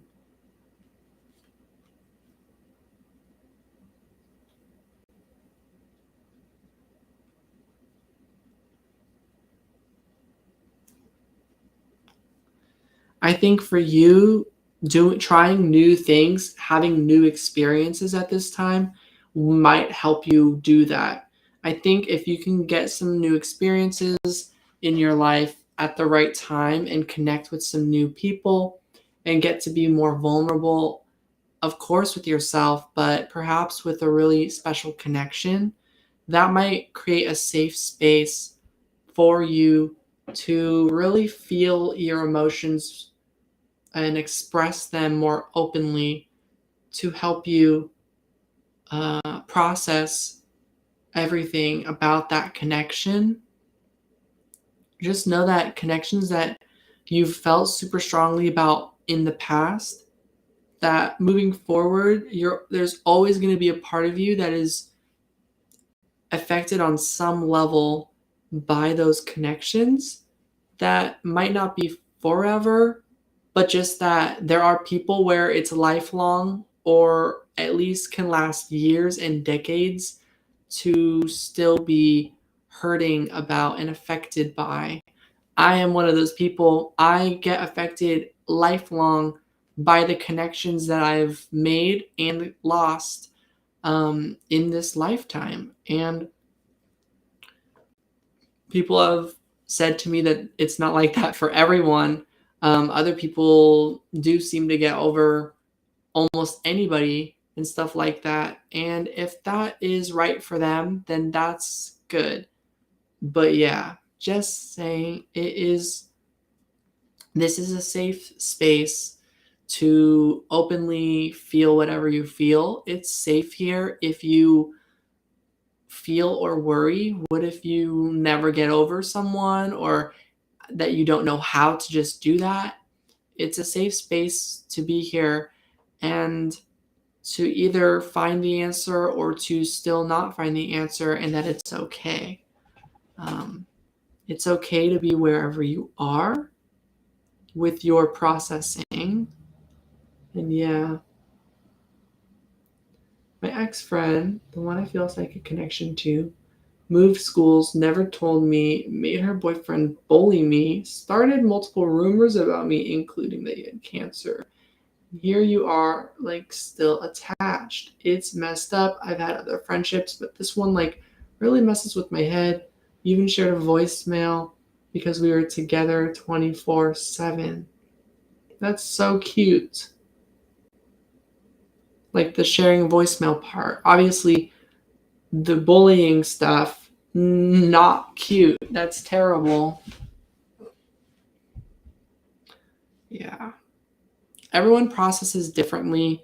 You don't necessarily need to say your thoughts to this person for your own sense of closure. But as someone who has done that, and I'm like, I'm just going to put my thoughts out there, I think I have a right to feel this way. And I feel like with everything that I have a right to express and communicate how you affected me directly to you, type of a thing. So I'm a pretty confrontational person. Um,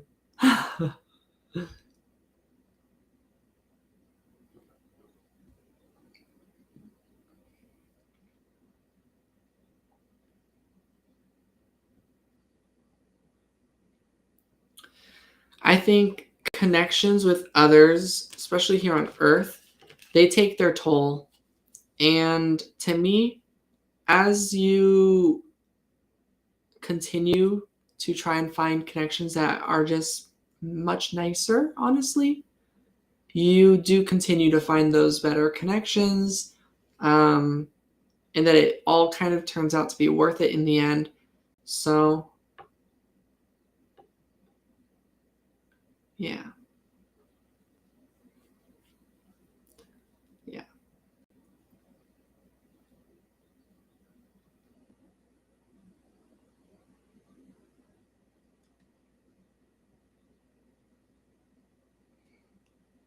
But yeah, a lot of something I did when past friendships of mine ended was that I put all of my thoughts out on the way they made me feel and why.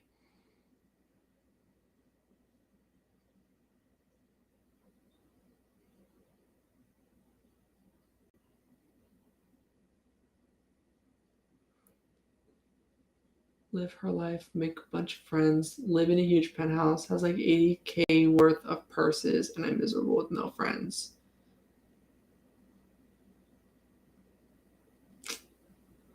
You know, I can relate. I would just block the person, to be honest. At that point, like, if it is not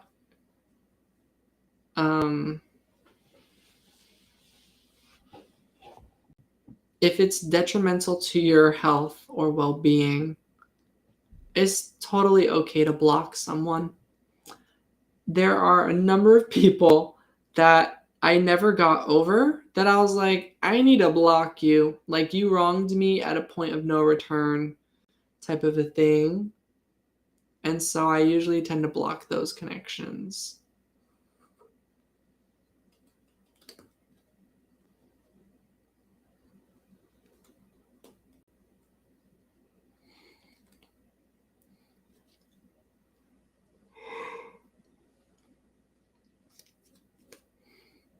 I'm not saying that blocking is like absolutely the answer. Every situation is different for everyone, but yeah, there are certain connections that just ended up being really abusive towards me, where I just prefer to keep them blocked no matter how close I was with them at a time. And the thing is, if it doesn't feel right, you could always unblock later. It's also possible that you have done this already before, that you have blocked them and then maybe unblocked them and then perhaps go back to blocking them. I think it's okay to waver, to kind of go back and forth. To me, that is that you are keeping an open mind to your boundaries and trying to set the boundaries and trying to figure out what they are and what you can do to heal at this time from something that feels or seems unhealable.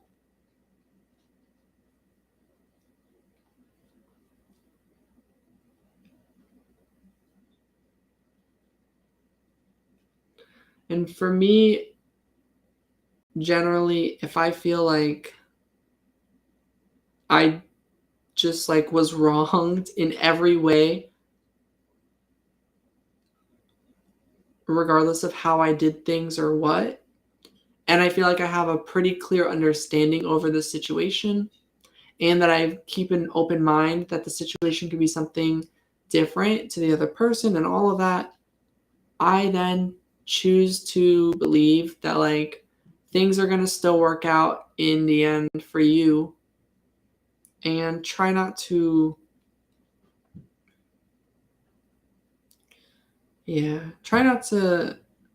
give up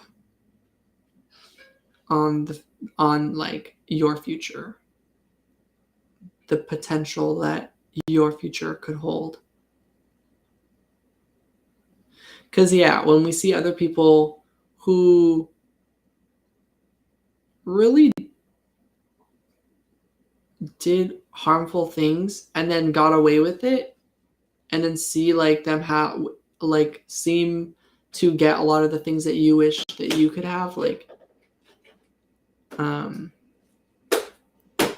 lost my train of thought. Oh, is that your burrito? I think I'm okay right now, but yeah, I appreciate it. Okay, you're okay.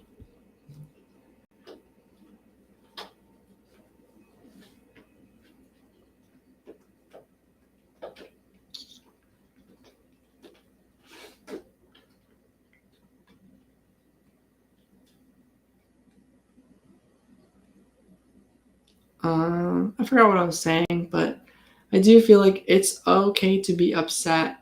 It is okay to feel and know like the way this is turning out, it feels so wrong. Yeah. The truth is, I don't think they get away with it in the end. So try and choose to believe that you will end up somehow or another kind of getting the best situation that ultimately would leave that person in regret. Yeah, which might sound kind of harsh towards other people, but like, nah. Like, I honestly, like, I do think like people shouldn't like devalue you like that. Yeah.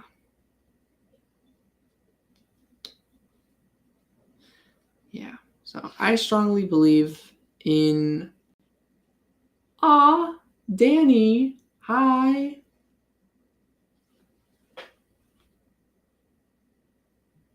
Wow. Let me know if if you're like a Danny from my past, like if we know each other. Ah, Hi, Neha. I hope you're doing good too. Thank you for tuning in. I've missed you guys. I've been like, where's everybody?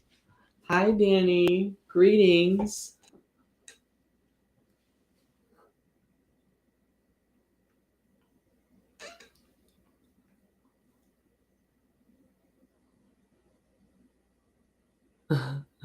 Yeah, no one can replace you. Like, no matter how much someone tries to fill that same role as you, like, I mean, she could still find other people. I think we all still deserve to be happy, but I think she would probably have to learn to not like wrong other people to ever really find that kind of support. Yes, absolutely.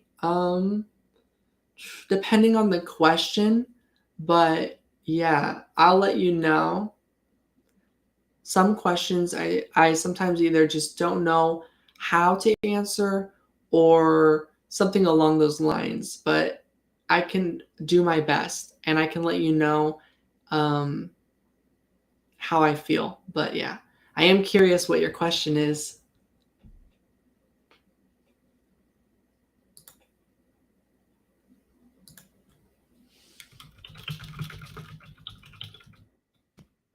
Nope, you are good. Anyone who wants to get a free reading, or if you are interested in donating and you would like to donate, I would greatly appreciate that. Check out the description below for that information. But readings are free, so just drop your question in the chat and I will do my best to answer uh, however I see fit.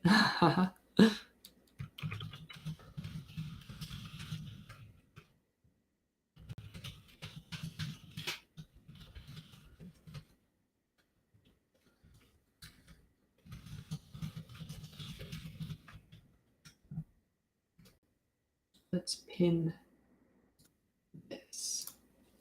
Oop.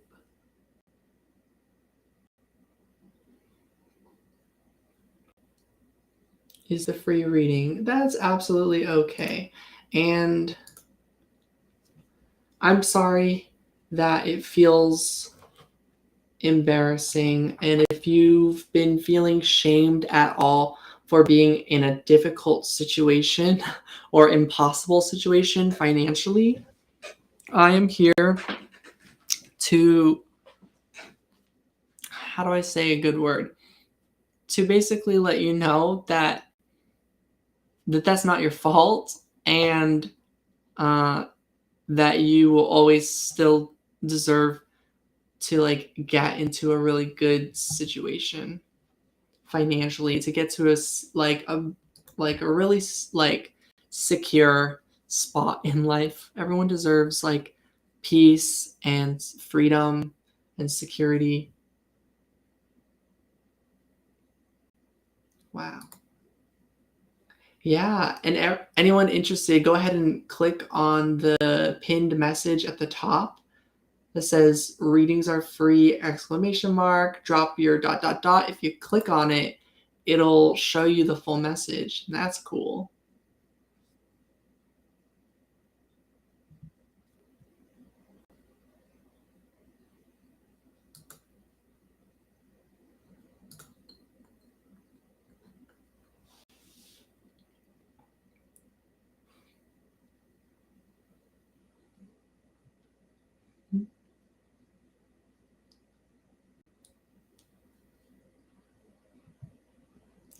But yeah, LA, my answer is that like I don't think you could ever be replaced.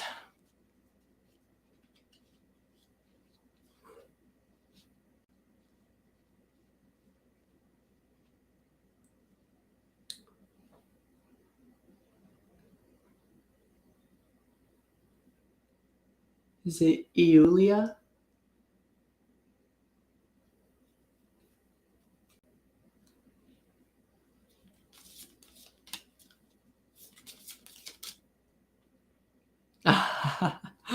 Cool.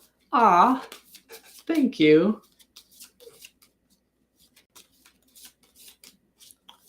Let's see. Hopefully this resonates. And yeah, that question is totally fine. Questions like that are definitely accepted here on the channel. When do I see your lover, Eolia, reaching out to you? Ace of Pentacles. To me, that signals that it could be really soon.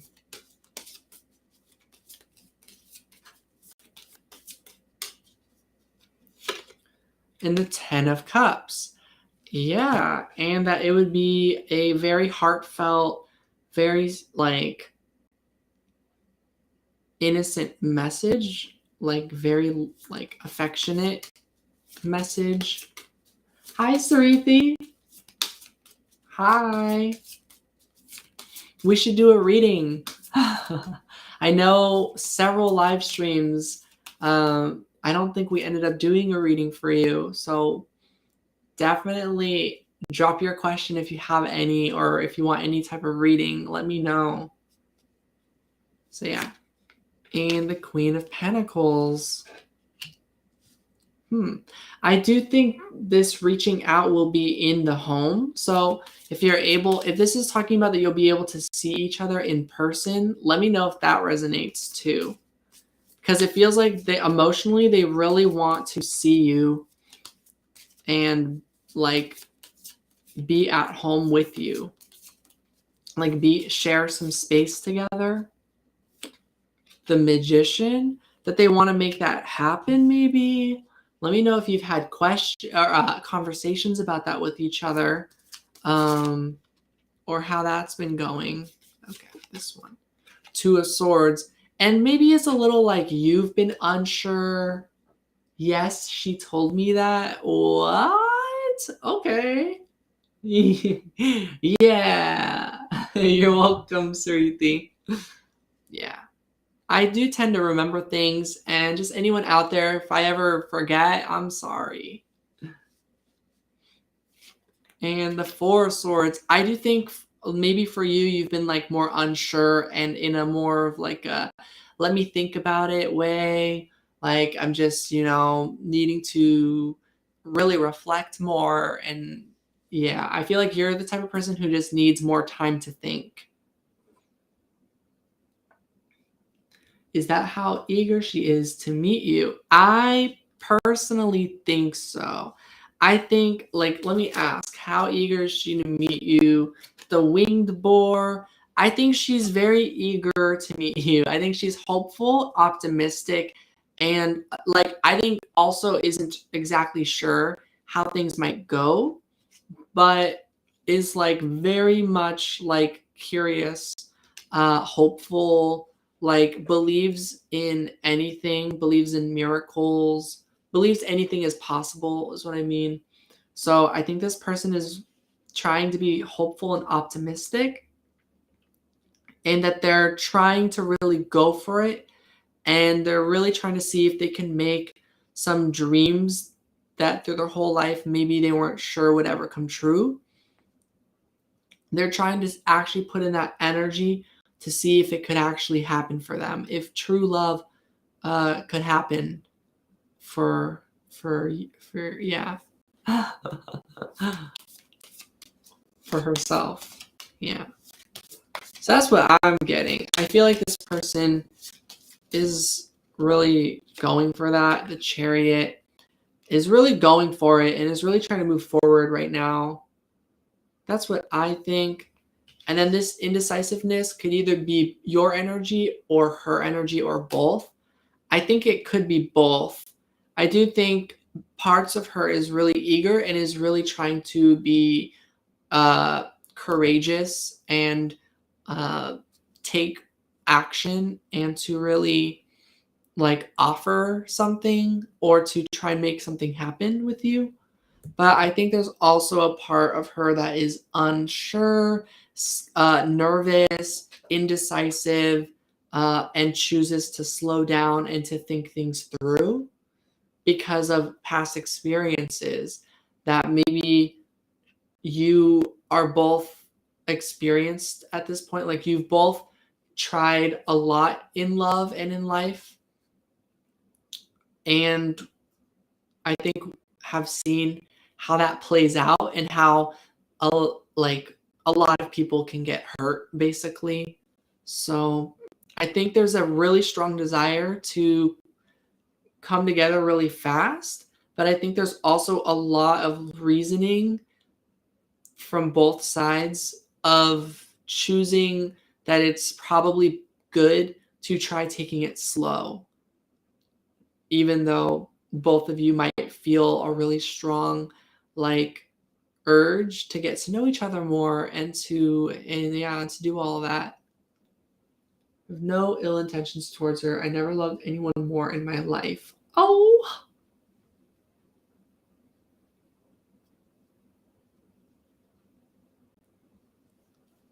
wow. Yeah, you'll have to let me know how that goes. Um, and love life is yours to experience. So there's no right or wrong answer really on how to love and how to come together with someone. Uh, there is the like fact that outcomes are going to happen and like what happens, like something decisive things will happen, but ultimately no one can tell you exactly word for word what to do and how to get the outcome that you are hoping the most for. All you can do is really hope for it and try. And to try and go for what you believe in life.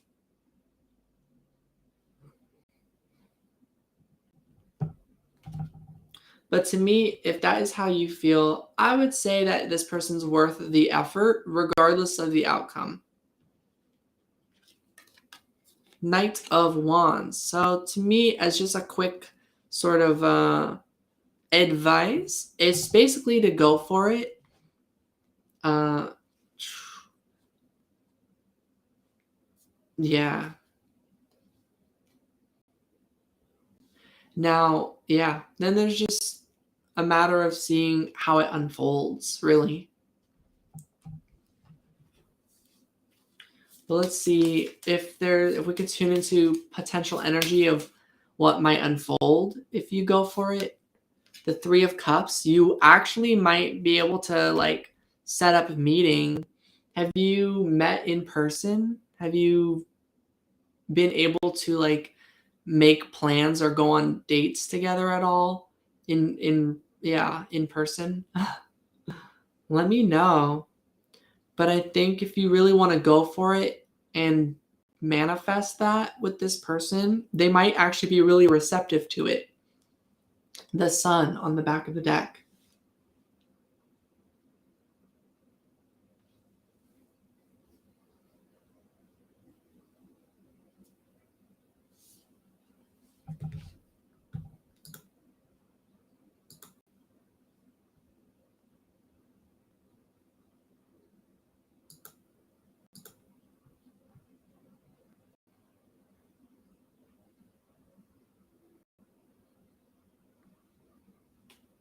Oh.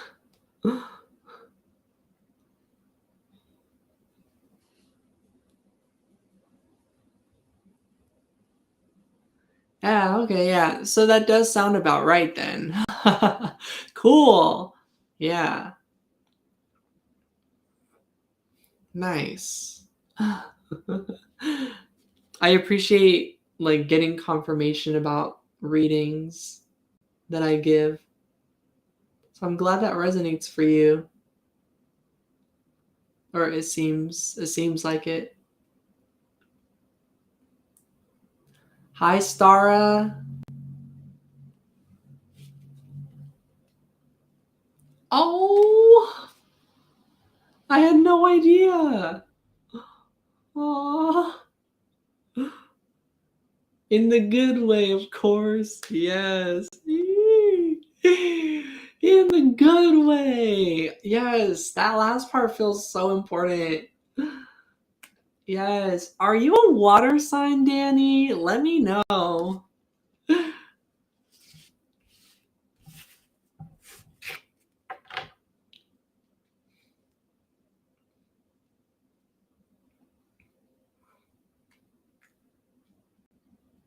Both Leo. That's the second time that I asked if someone was like a water sign or a Pisces. And then they've told me they're a Leo. That's so cool. Obviously, like Leo is a fire sign, but like there's always something watery to that for some reason.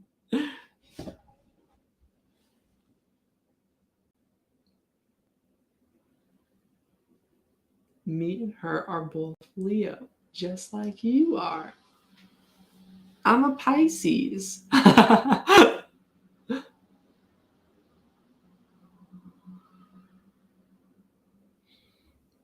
All right, I'm going to move forward with reading for Sarithi.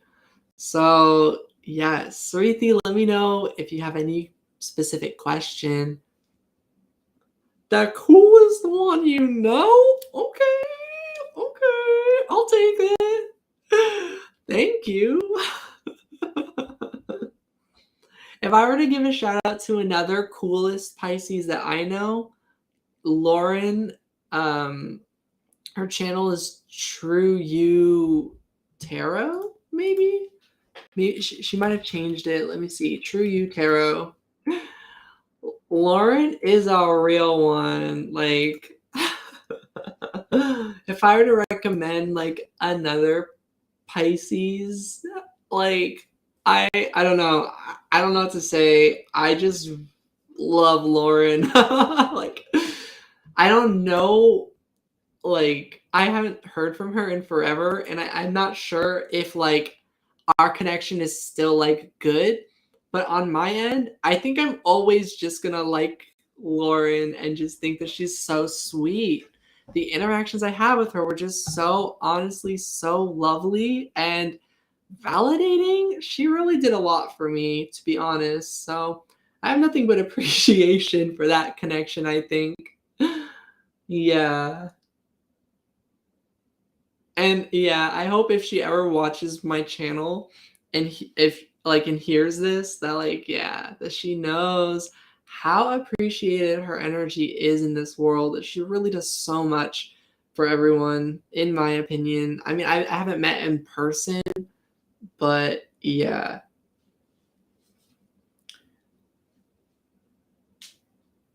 All right, let's see. If it makes sense, who am I to S, his initial, or what do I mean to him? Thank you. Yeah, that makes sense. Let's see. And making meaningful connections are wonderful. Truly, I agree, Stara. I think it's worth it. I think regardless of everything we've all been through, finding like genuine people who at least wish you well is important. So, who are you to S? Who is Sarithi to S? Or what do I mean to him? Eight of Wands. And the Eight of Swords. Okay.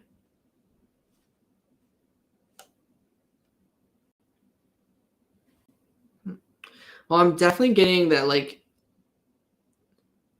that he or you are stuck when it comes to this.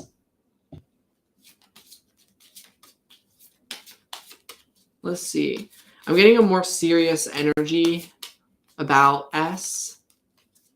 So let me know if that resonates. If S is like a very serious person and maybe like quiet, soft spoken, shy, and maybe possibly like kind of yeah, like a soft spoken, like very like quiet. Let me know if that sounds like their personality at all. We get the Eight of Pentacles. I could always be wrong. I'm getting 8s a lot though. This person I feel maybe gets like stuck in a loop about you. Like, so you might be someone that's like you're always on their mind maybe. I don't want to like paint like the wrong picture. That's what I get with the 8 of Wands, the 8 of Swords, and the 8 of Pentacles. Like, I don't know how else to, like, yeah. So let me know if that resonates. Been serious or cool towards you as of late?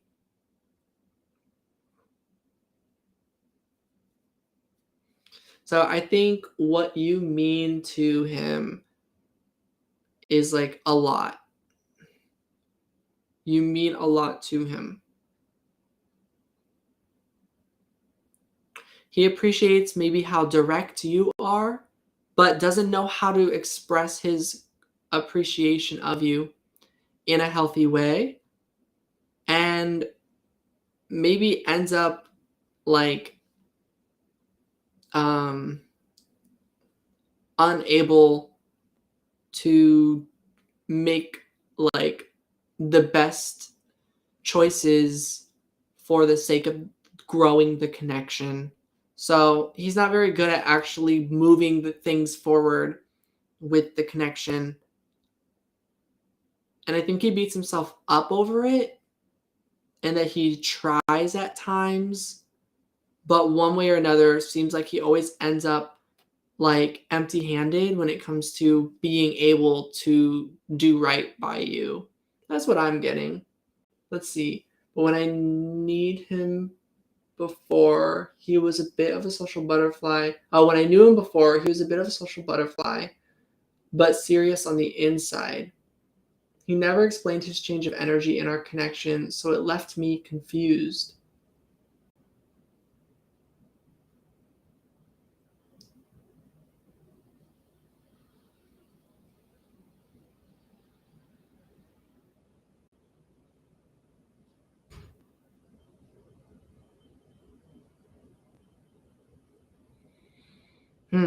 My guess is that you didn't do anything wrong,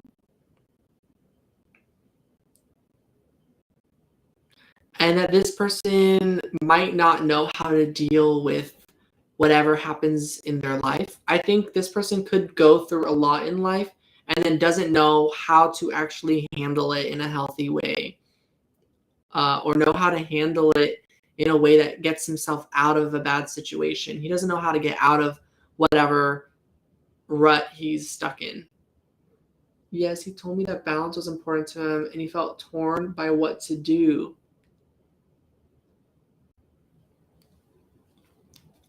The King of Wands. And I'm guessing you probably said, like, do what you think is right. And he might be like, I don't even know what right is.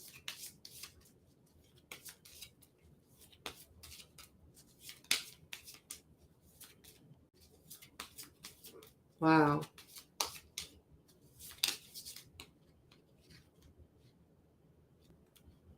Wow. 9 of Swords. I think he's got so much fear.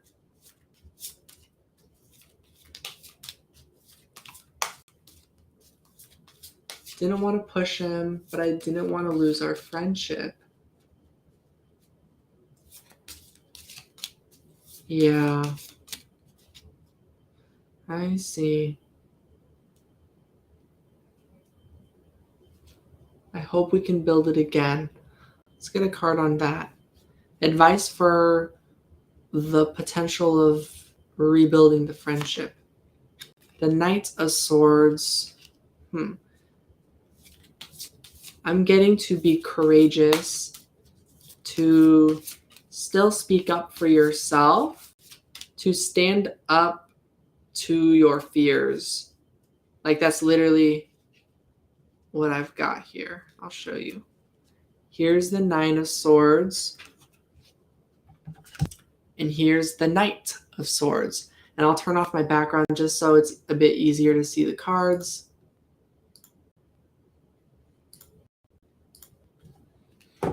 So, 9 of Swords, there's literally someone kind of crouched almost. Like they're not necessarily sitting down, but they're like, you know, not in a like fully grown or fully ready. And this is the Knight of Swords, someone returning to that issue later on. So if I were to guess, I would say that you're just going to need time to grow and to heal, and that he needs time to grow and to heal.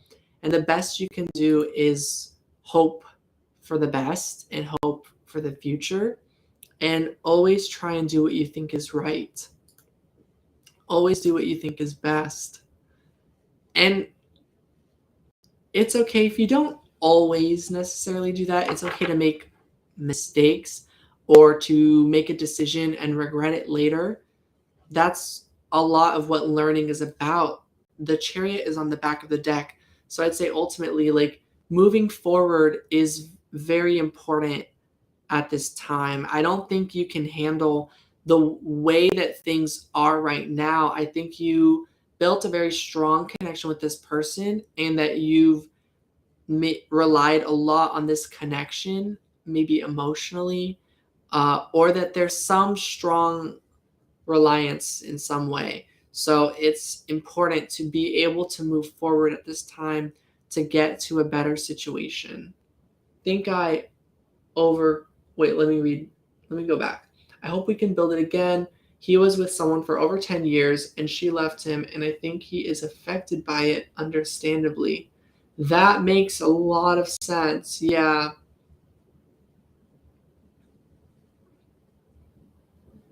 Yeah. I think I over cared for him in that I really felt his pain, but because I loved.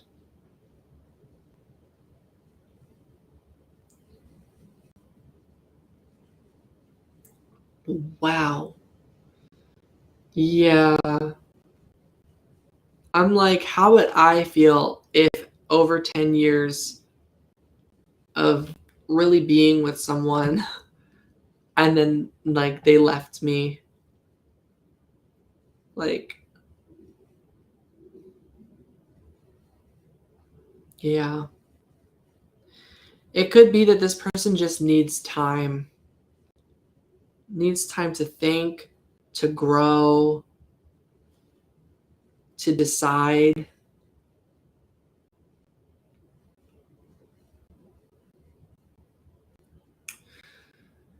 Could it be that you both have some sort of chemistry towards one another, like a romantic type of energy?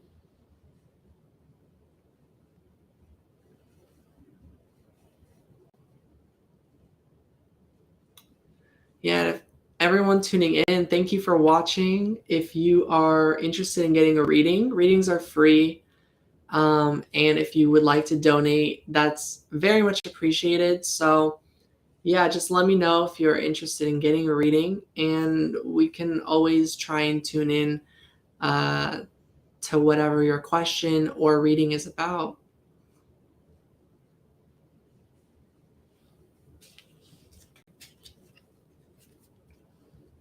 Yeah. So, yeah, I'm going to do this reading from Puja. And yeah, so that's what I've got as like a brief reading and just hanging out, Sariti. So I hope things move forward. Um, you're welcome. I'm glad I finally got to do a reading, because I know you tuned in to many of my live streams, but I always ended up heading out around the same time or something. Thank you. I'm glad. Yeah, I really enjoyed doing a reading with you. That was cool. Hi, Sofa. Whoa.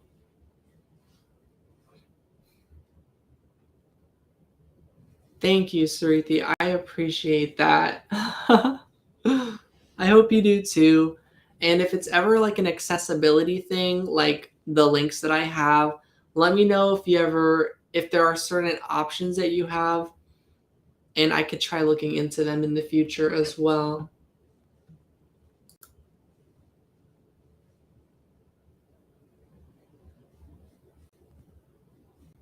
I also couldn't have a reading with you. Yeah, let's do a reading, Pooja.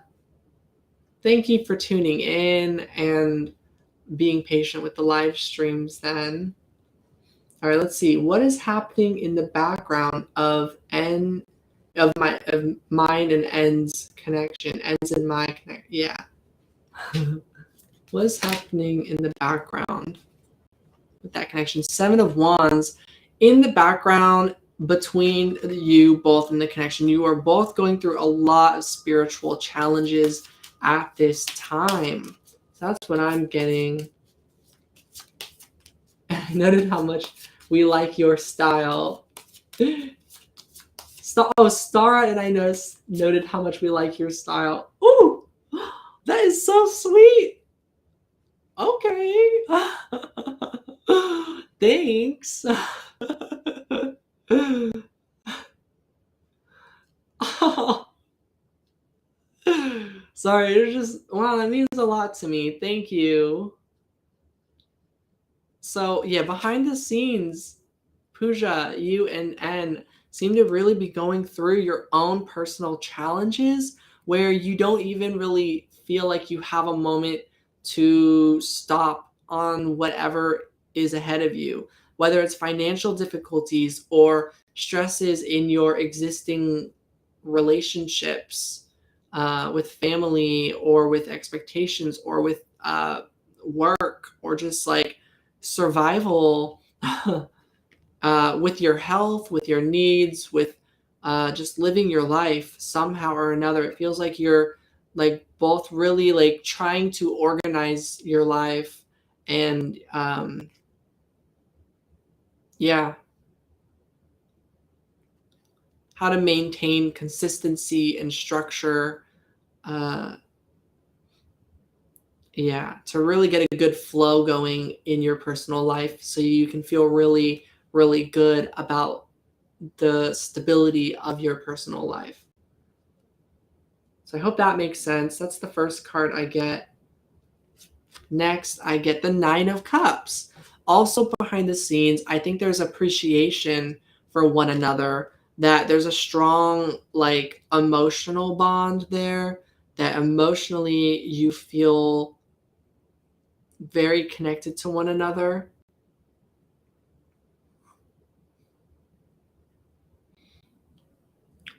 But I'd say either you or N or both are pretty content with the way things are in this connection.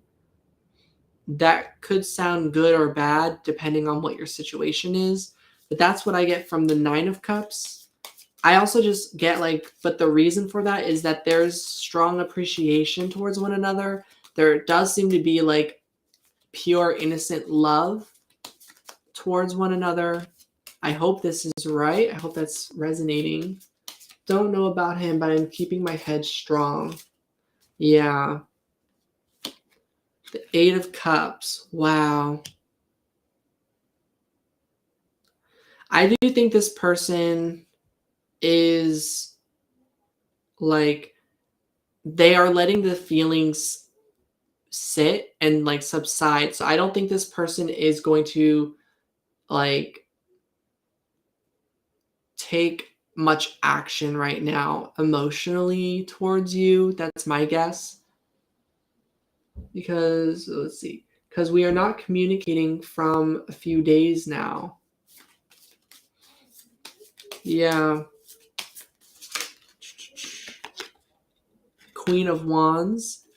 Yeah, I think it is possible that even though there was a strong energy there, I think this is someone that might just be one person to meet, that the experience was good for what it was. Maybe you'll have more conversations over time, but I think if they're not offering a very strong connection with you right now where you're communicating more regularly, then I would say like part of your spiritual challenge at this time of going forward is to let this connection just be one person of many that like opening up to meeting new people.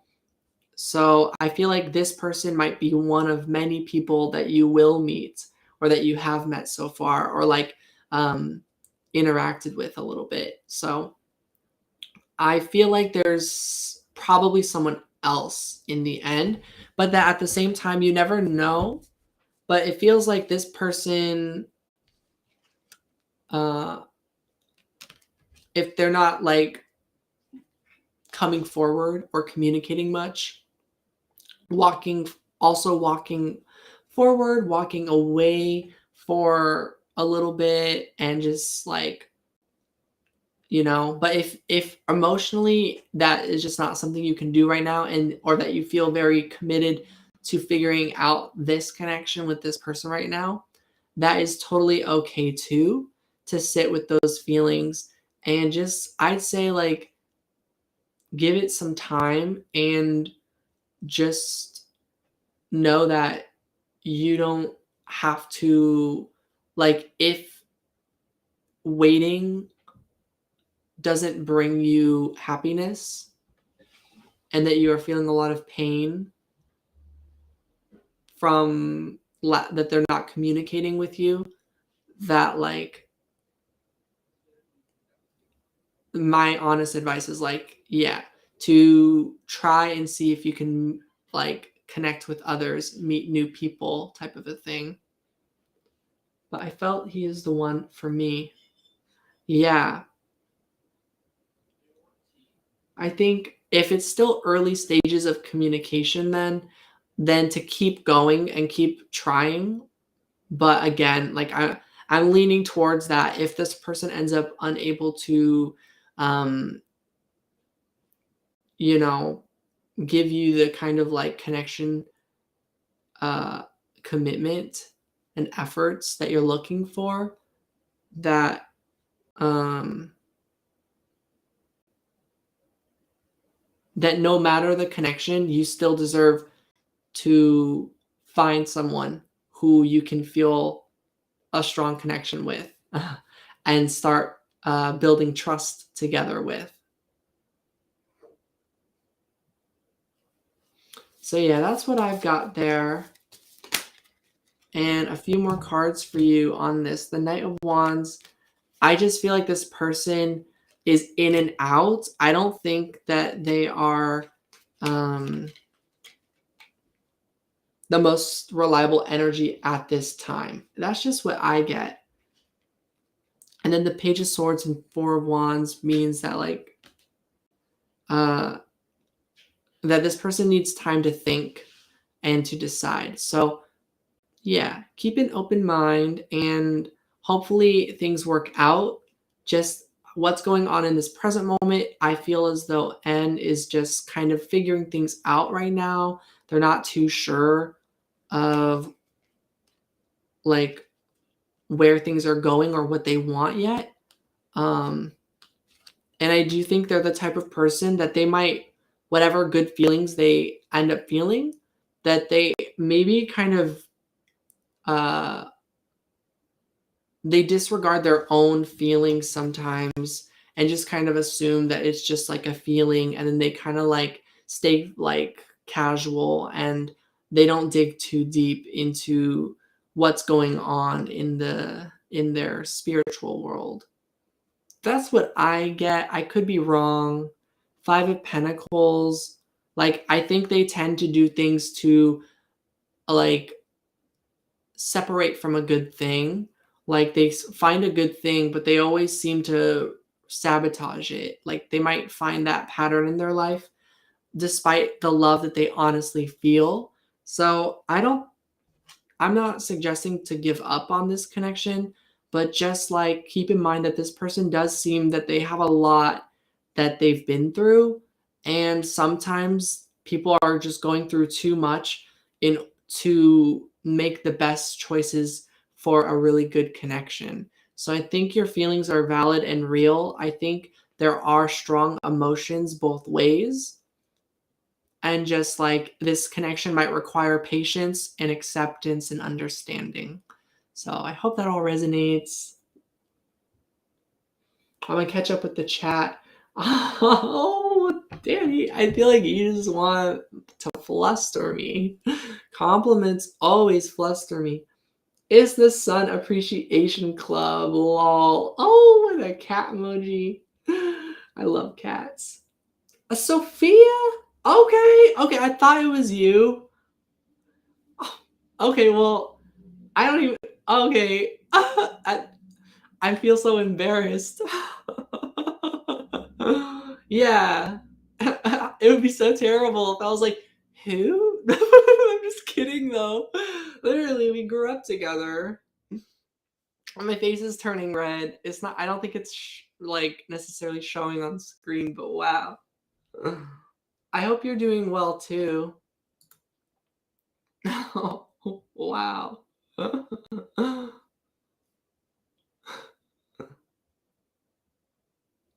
I didn't know that you watch my channel. You're welcome, Pooja. Wow. That's cool. What? Wow. And it's Mercury retrograde right now. I also had like I had the weirdest dream earlier this morning that involved like running into people from my past. Some people that I was like not wanting to run into, but other people that I was, and at a mall on Instagram sometimes. I see. That makes sense. I did notice that you tend to watch my story on Instagram because Instagram tells you if you go to your stories like the views. How are things? I'm not sure how much like you feel comfortable like talking about like personal life uh like here,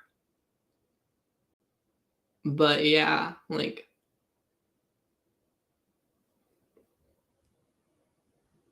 yeah, how's love life? Like how's Bowman, I guess? I don't know.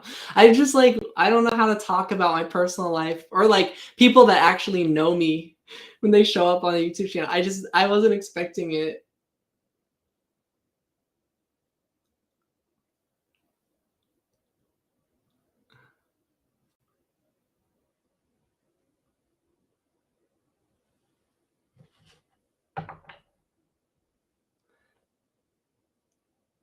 But yeah, Stara, um,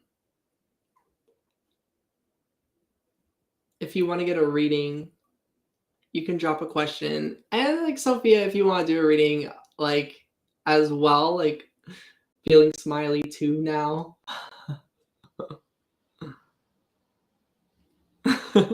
Yeah, just wasn't I'm just very surprised.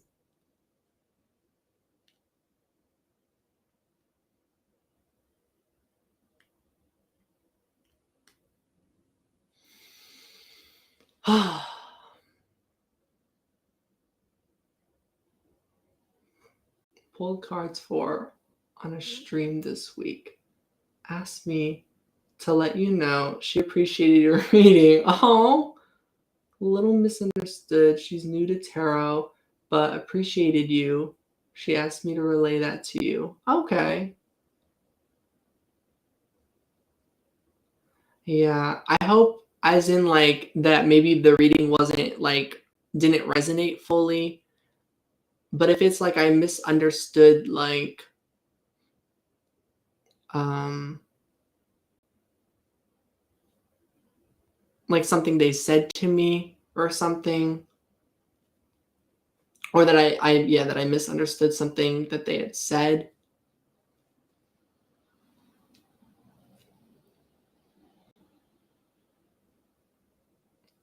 Yeah, that is shrouded in mystery. I'm like, I'm like, that could be anyone.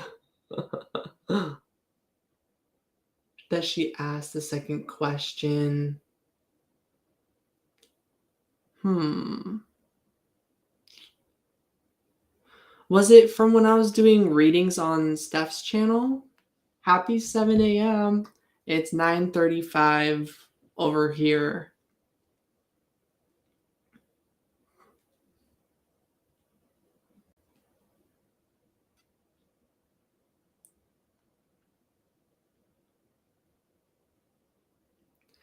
But yeah, I'm curious who this person was because, like, yeah, like I definitely would like to hopefully could clear something up. Seemed a bit flustered after it. Yeah, if you can relate it to this person, how I feel is honestly that um like if that it wasn't it wasn't her, then it was like me and Steph trying to go live together. Like our energy just kind of kept clashing with one another. It was really cool going live with Steph, and we're probably gonna still do it um like in the future. But yeah, I got to a point where I'm like, all right, we're gonna slow down. I just feel like it's it's difficult when the flow between two different people or two different readers is just a different flow. So it was frustrating doing live streams as like a duo. It was also fun. I feel like I gained a lot of experience from it. Um, but overall, the effects and impact it was having on my connection and my friendship with Steph, it felt more detrimental than it was worth it. I felt like it's become now, like, for the sake of that friendship, more worth it to just kind of like take a step back from doing like co live readings. And I felt like people kept picking up on the friction.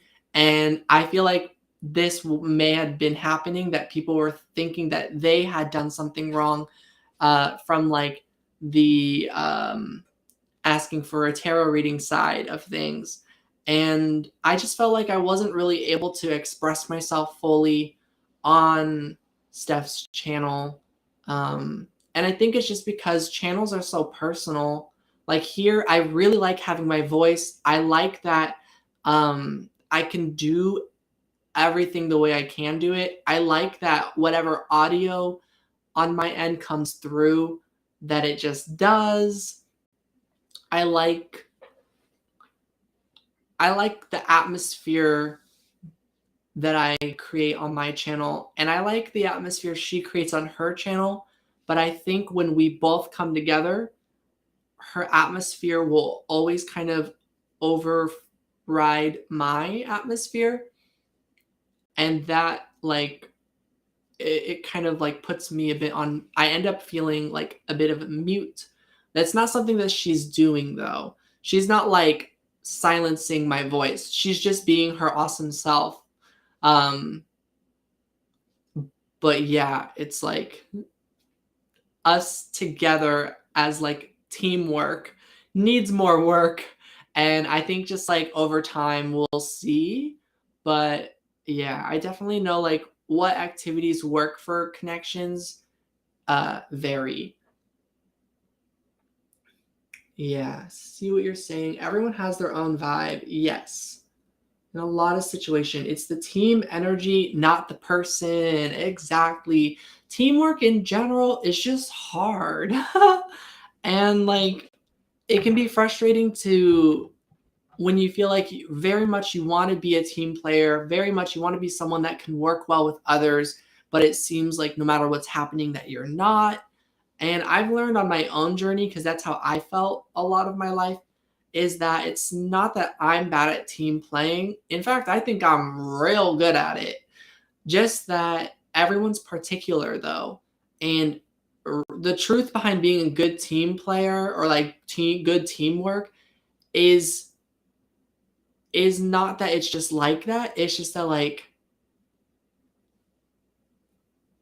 it's like it's a miracle occurrence. I don't know how to put it, but yeah. The girl doesn't go online much, and so she didn't have anything to base it off of, and she felt like she frustrated the female reader. But anyway, this was just about her asking me to say thank you. I think I understand where she's coming from, and and if you're able to communicate with her, let her know you're welcome.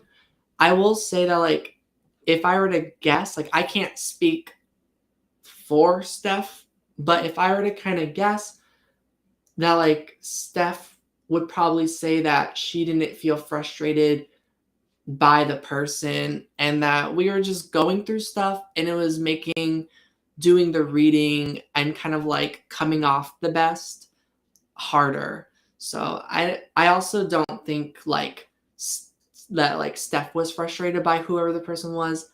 I don't know which person because there's also certain readings that are frustrating for the reader. So it would just depend on who this is. But just assuming it was just like, wasn't so much of like that, but more so just like, oh, ah, yay. Okay, yeah, Steph, I hope I represented you well then. Let me know. Because those are my thoughts on what to have said just there to kind of like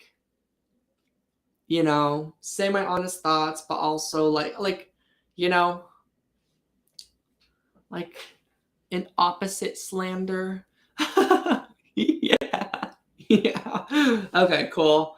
Um, Teamwork takes effort indeed. Yeah. And hi, Maria. Glad to see you. And I don't have it with me, but I took your advice, Maria. I'm taking vitamin D right now, a few other vitamins. So I'm gonna keep that up for a week and see how I feel.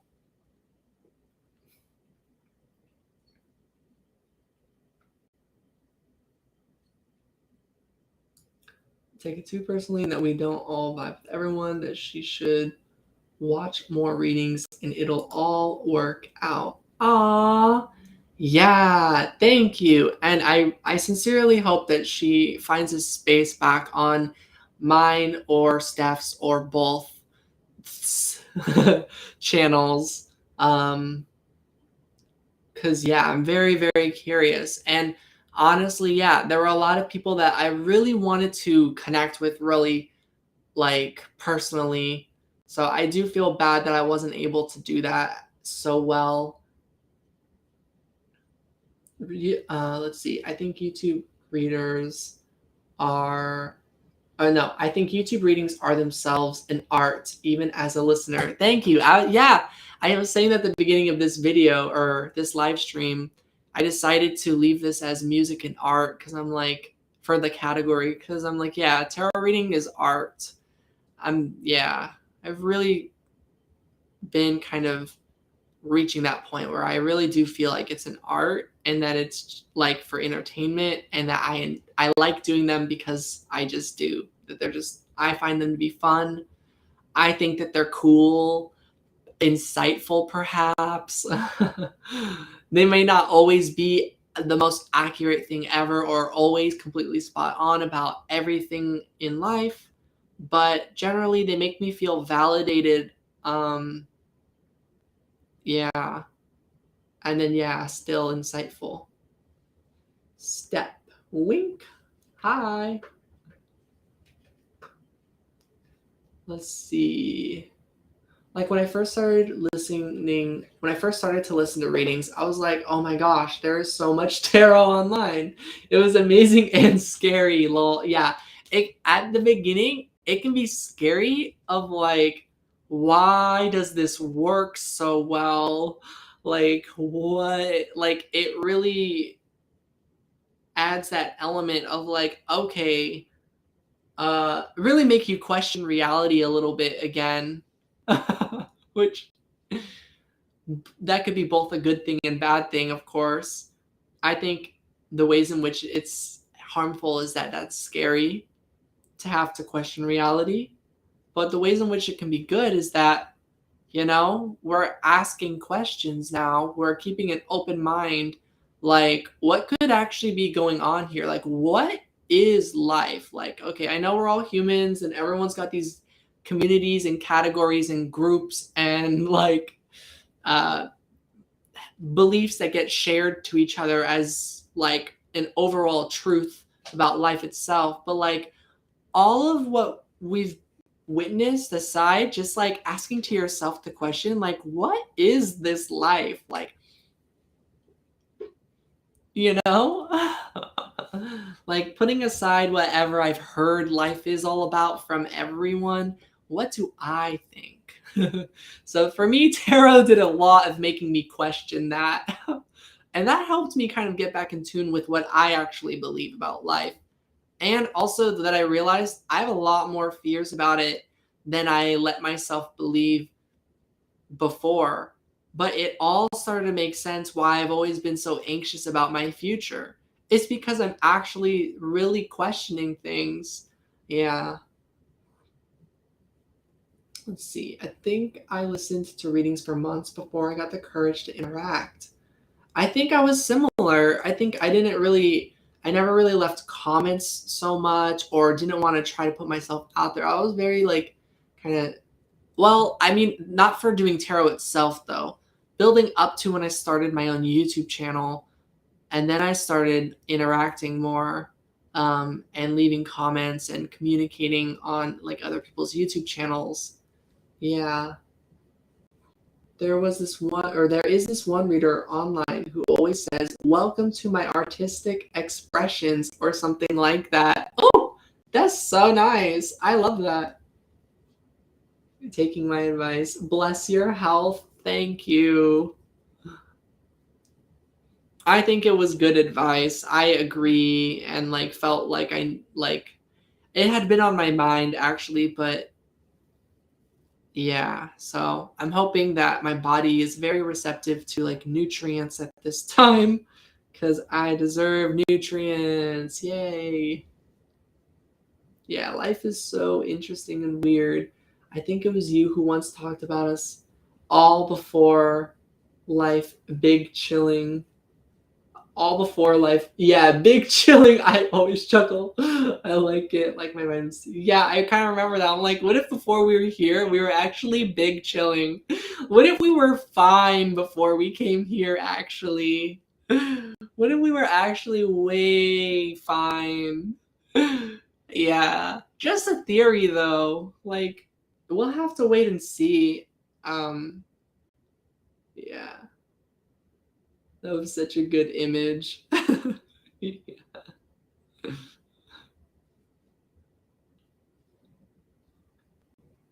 Wow.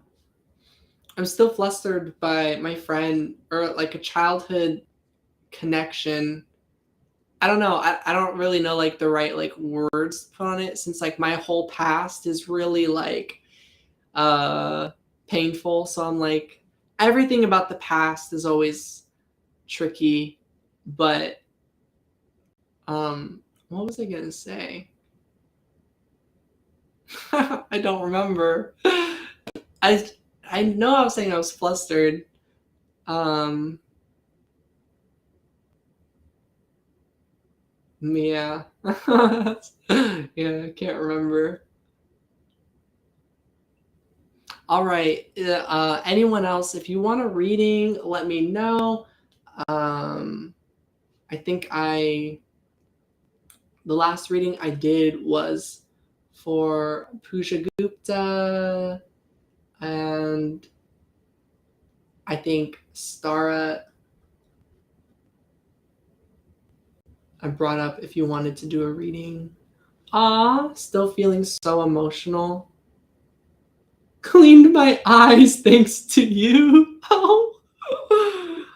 I don't know what it is. I bring out a lot of emotions, I think.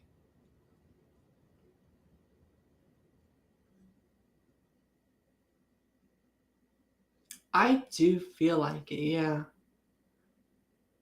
Sun the eye cleaner. Okay.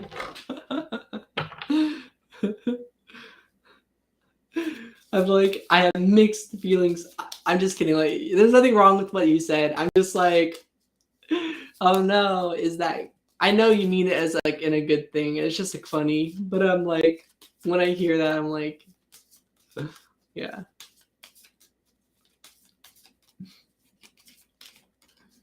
Because it's like people are like, you make people cry, but like, no, like in the good way. Hopefully, yeah. No, yeah, no, don't get rid of it. Please don't get rid of it. No, no. I didn't mean like that there was anything wrong with it. I'm sorry. I thought it was funny, if that means anything. How my mind works is that like I tend to have multiple thoughts on something, and then I end up going down one thought, but I realize, oh, that thought might make someone feel like there was something wrong with what they said, and I'm like, I just shouldn't have, like, I should have just gone with it. So yeah, there's nothing wrong with what you said, Stara. It's of happiness. It was so relieving, really emotional. Yeah. Yeah. I think I like sometimes I feel called out because I'm like, I'm connecting and I'm feeling like really good about this, especially now. And like there's been a lot of interaction. Earlier, LA was on here and was really keeping me company. And it really made a difference. And also LA, I'm not sure if you're still here.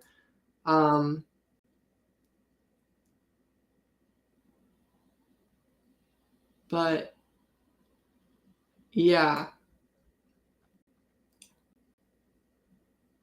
What was I gonna say?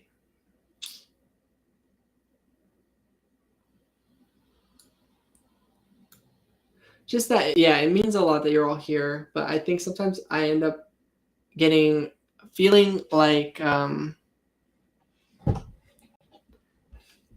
sometimes feel bad because I know that like as much as I'm feeling really good and connected here, that like I know that I have no idea what could be going on behind the screen of each and every like individual person, and that like not knowing truly how someone is truly feeling, like their expressions on their face, their heart, like how has their body felt, have they been like all of it, where I'm like a moment could be so really impactful to another, even though for me I'm feeling like lighthearted, makes me wish that I knew more what was going on. Yeah.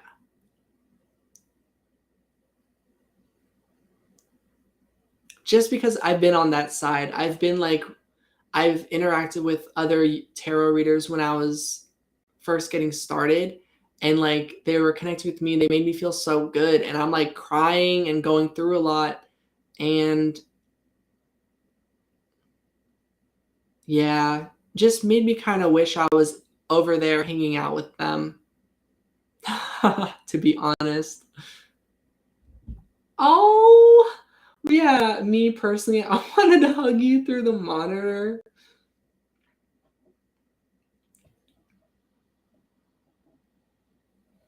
And yeah, so I'm also going to do readings because I want to keep doing readings for everyone. I see Maria left a reading as well. So I'm going to do Stara and then Maria. So Stara asked, may I ask for a card about any advice about career path right now? Okay. Let's see. Any advice for career path right now? This one, and we'll take that one. All right, we're getting the Knight of Swords. Again, this card has come out multiple times now. The King of Swords. Okay, so I think you're really close to something really good. I think you've like reached a good point in your life of knowing what you want to do, apparently. So I hope that resonates. And the Fool card, and I think you want to do something completely new from whatever you've been doing now. I feel like you've fully explored something when it comes to your career life, the best you already could. You've seen what there is to get from it and everything that it's all about. And I think after all of it, you're like, yeah, I see good things to it. I didn't necessarily have a bad time with this career. I'm just really ready. Like I just have reached the conclusion that maybe this is not all that I want to experience. and that I want something different and I want something new. So that's what I'm getting as your advice. I hope that resonates. Let me know. Let me know if that sounds right. Nervous to try something new or to go in a new direction, but yeah. Whoa. I'm not sure if that was in response to these cards or if that's kind of what you were already saying as I was about to like do the reading.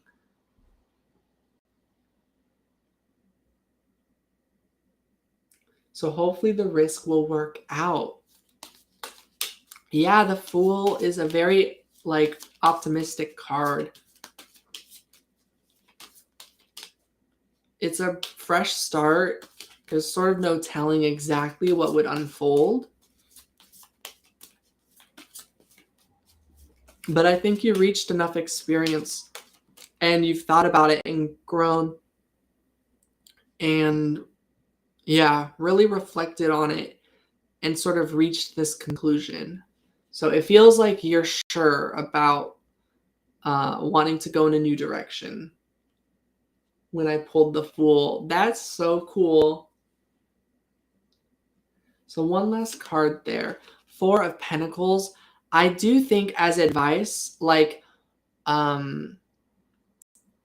you might also know that like it is a really big risk right now. So I'm getting like you can play it safe.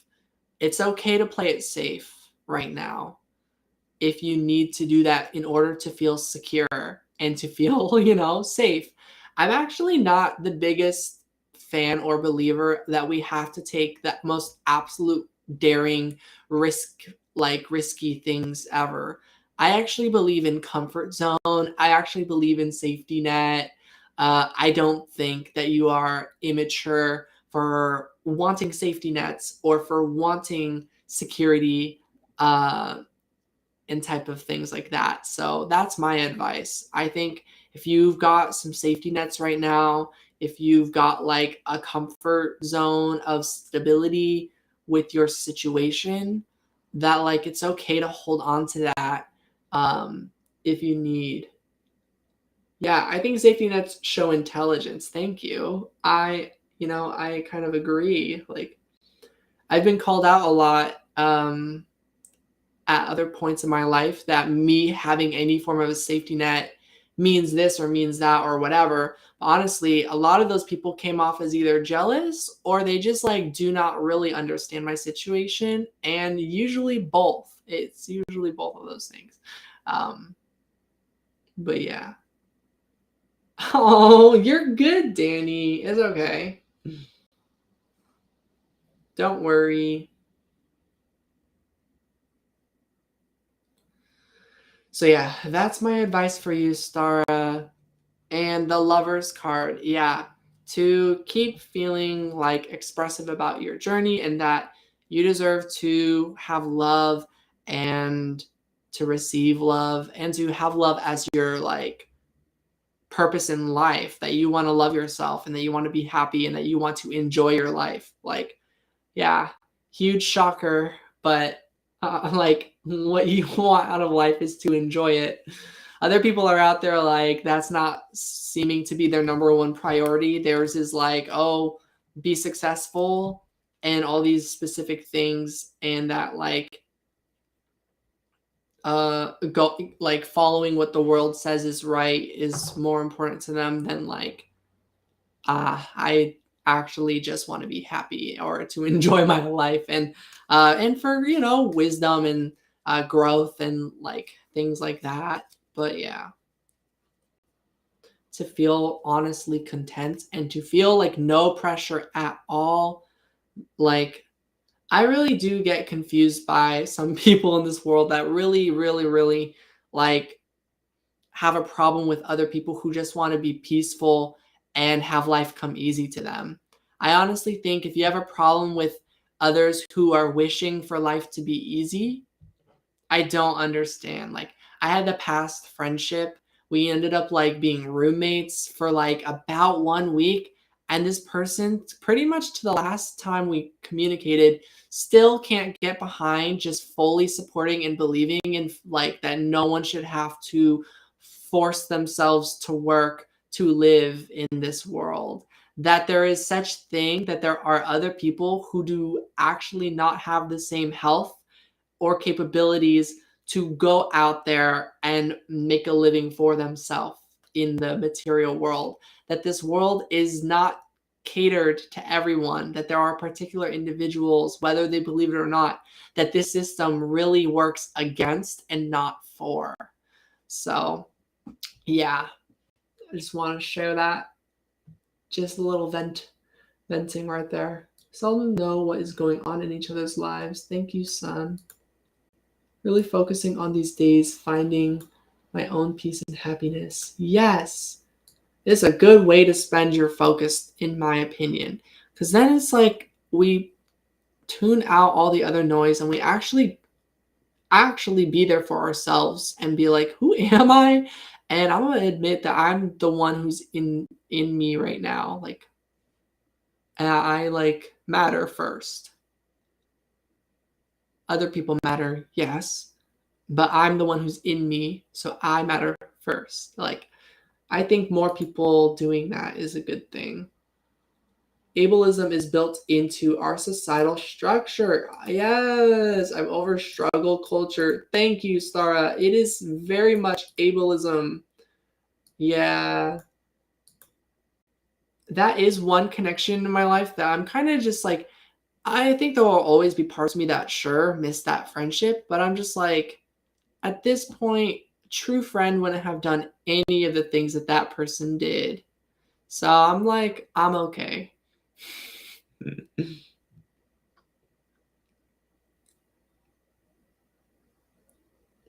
Taking your vitamins, plenty of sleep. Funny enough, iron is one of the supplements I take. I am anemic. My whole life I've been anemic. It's one of those things that like I would just like I just will be.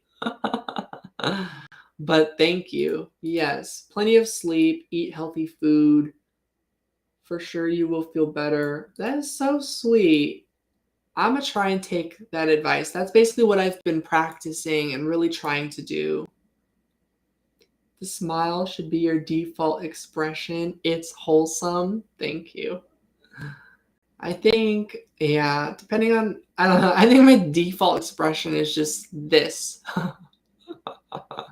It's like a mixture of smiling and also spaced out always. Yeah. All right, let me see. I'm going to scroll up to Maria's reading. Will I get a reply from Zaman? Or Zaman? Zaman? Will I get a reply from Zaman? All right, I'm going to just go with a yes or no. Four of Wands and Knight of Wands. I think it might be like a sudden yes. Like, so maybe have you and Zaman been talking back and forth? The Queen of Swords, the Nine of Wands.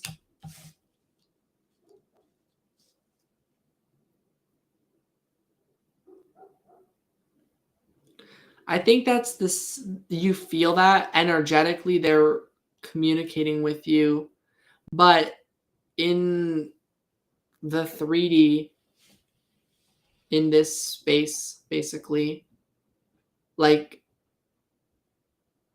they might not be communicating and like really holding back on that. But energetically, we're getting the Four of Wands with the Knight of Wands. So to me, that means they're energetically communicating somehow. Their energy is drawn to you. But then with the Queen of Swords and Nine of Wands, it's like, but when it comes to actually replying and or delivering thoughts and messages, they have been holding themselves back. So I think this person has been able to reply. Maybe I could be wrong about that, but I think this person's been able to reply, but has been choosing not to. And it might be because they are just not ready yet. It doesn't necessarily mean that they won't, just that at this time, it seems that they are like still recovering. pretty much. Hi, Snobby. And the Ace of Pentacles, but I think they want to. And then the Eight of Cups and the High Priestess. So I think it can go either way still. It's just going to be a matter of like how they go about things. I'm just getting like trust your intuition and continue to tune into the energy and see how it goes.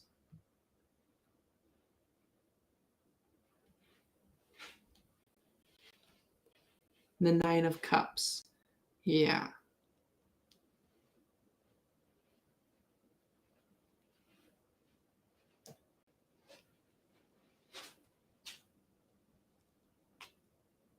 With the Seven of Cups.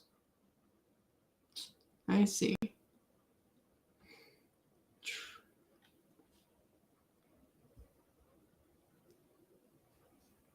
Yeah.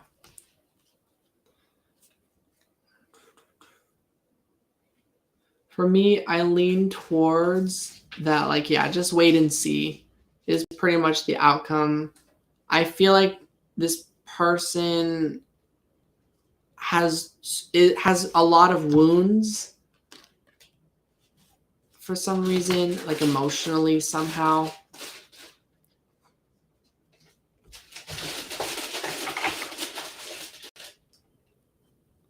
But I do think like there's like that they think about you and they're not sure what to say for some reason.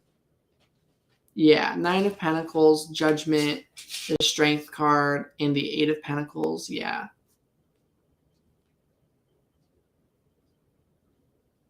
They could be very shy.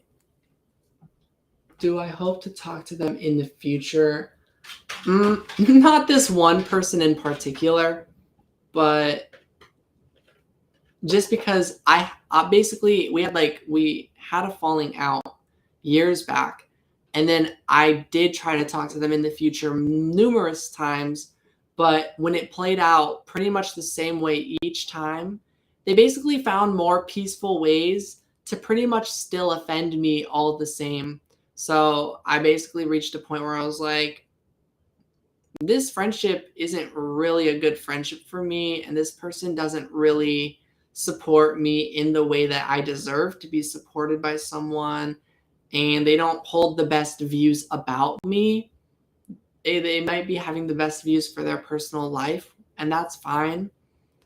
No one else gets a say on like if their life is like going good or not. Like they are the one who gets to decide that. But yeah, for my own sake, I'm like, yeah, their energy does not like seem to ever serve me.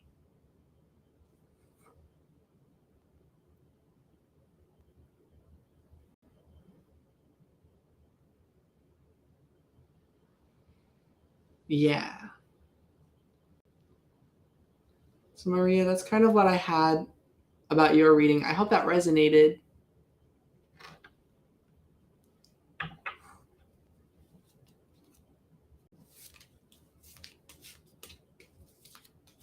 Yeah. I feel like the person's energy, I don't know why, it's like hard for me to tune in for some reason. I have like my own feelings about it, but I'm not sure.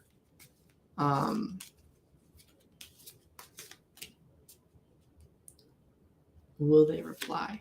Ace of Wands.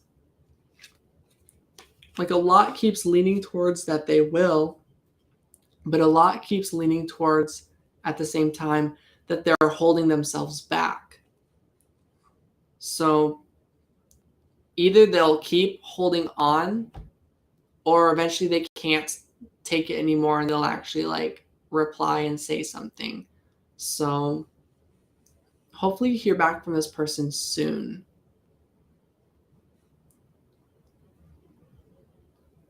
And I feel like you might be at a pretty good place where you're pretty comfortable just kind of being where you are and giving it time.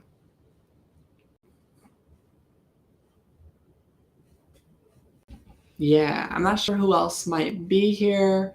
If any of you would like to support the channel, please hit that like button. That means a lot to me and helps the channel grow. So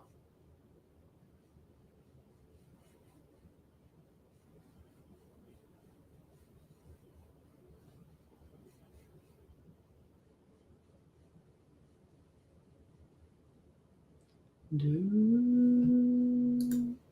do, do, do, do, do, do, do.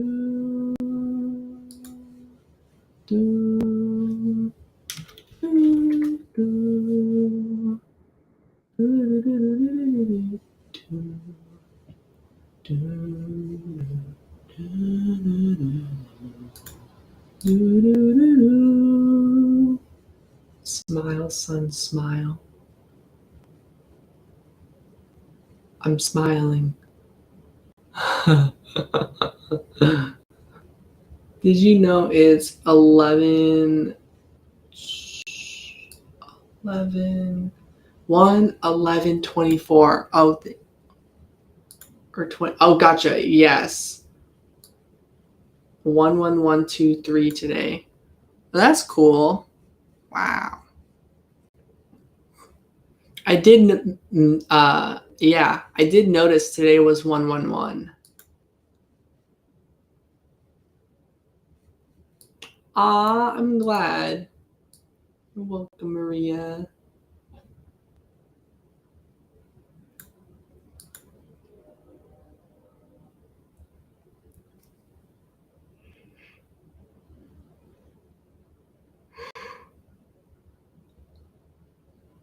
Yeah, if I'm not like super smiley, don't worry. It doesn't mean that I'm like not happy or anything. I often am just tired.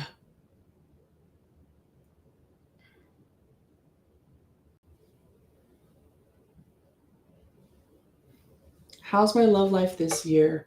2023.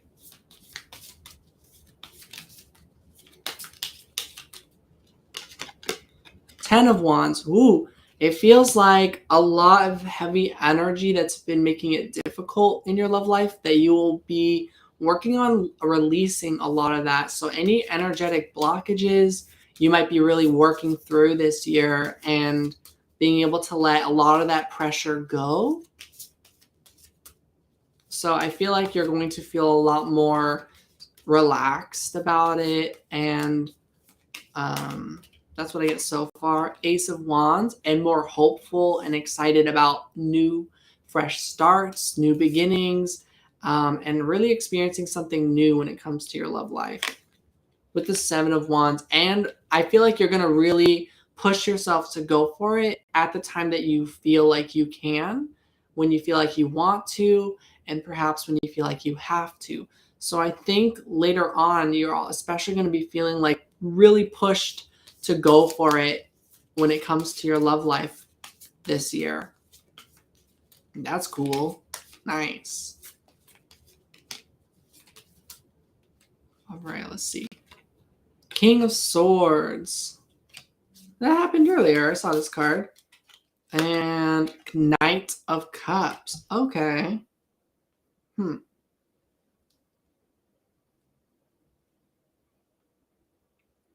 And perhaps communicating with either an air or water sign, possibly.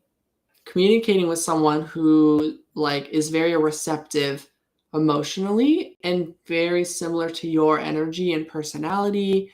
Maybe silly and goofy might be the right words. This person is like kind of very like they're very upfront and honest about their feelings, and they could be a very lighthearted person.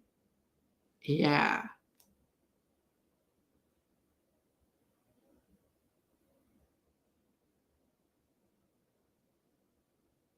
Very like sweet, like kind-hearted, um and like a really good friend to you. feel like you can both really share a lot of laughs together and really have a good time. And that seems like you could be bringing that kind of like lighthearted romance into your life throughout this year, really going towards that and going towards that goal.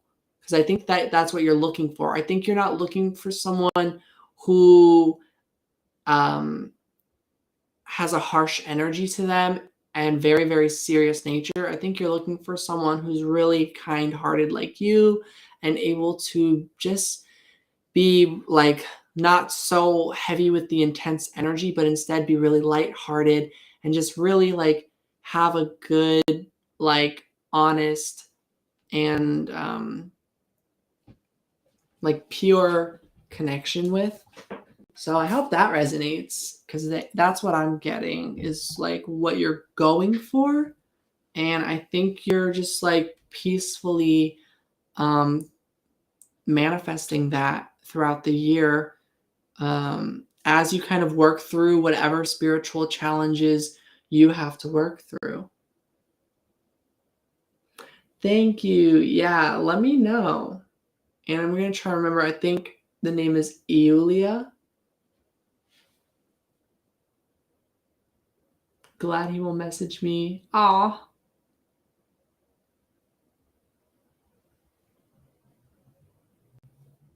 Yeah, you said that last time. Okay. Thank you.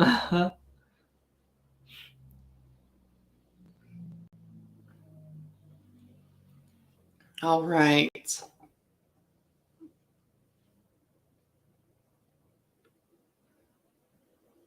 Yeah. And I guess I'll just say, like, last call if anyone is at a place where they can donate to the channel. Yeah, I would absolutely love that. And I'd be really happy to do some sort of like extended reading here. But yeah, that's like last call because I think otherwise I might be heading out pretty soon. And yeah, I'll try to go live tomorrow as well. So, everyone here, if you are wondering about doing readings, I will try and be back tomorrow. Yeah, hopefully around similar time. Again, she has been quiet. Yeah, I know I did the reading even just earlier, and just for some reason, I just forget most of my readings.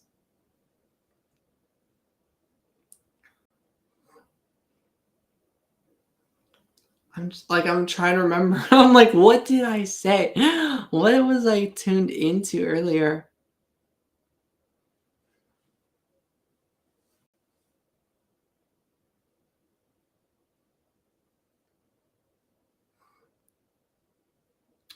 That I'm remembering that this person really, really wants to see you, really wants to like cuddle and like be in the same home and hang out together, and that they've been really like expressive about that, but you've been needing time to think.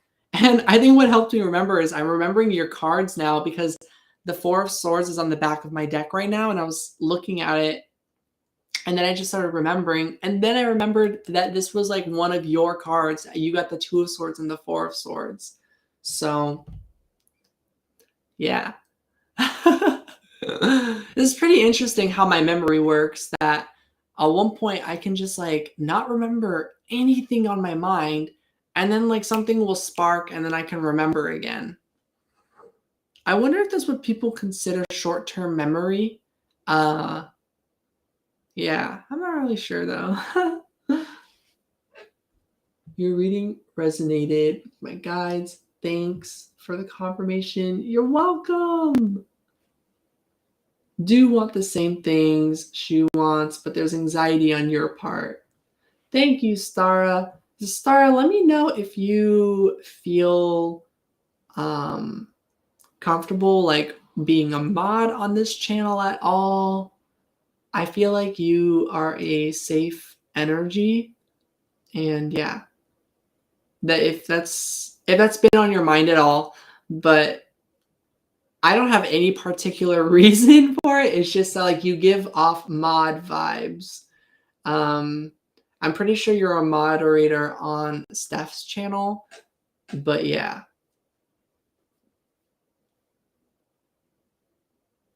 Like social anxiety. Yeah, understandable.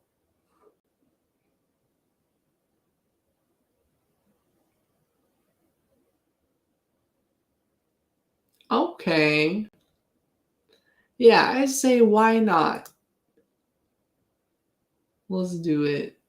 Here you go.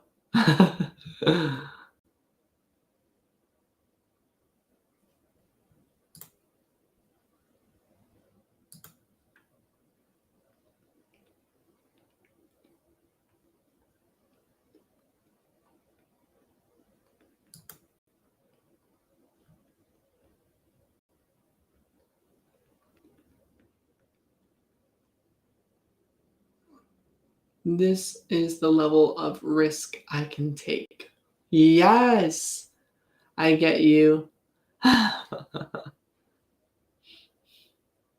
Yeah, I tend to be like ones in which are not like so like one reality to the next reality, like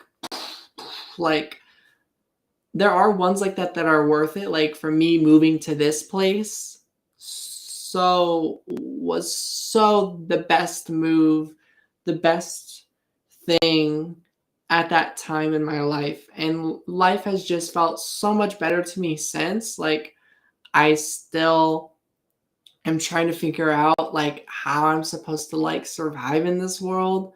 I still just don't think this world is like that it makes any sense, and that just because you feel that you have to conform and that conforming is the only way to survive doesn't mean that you even should.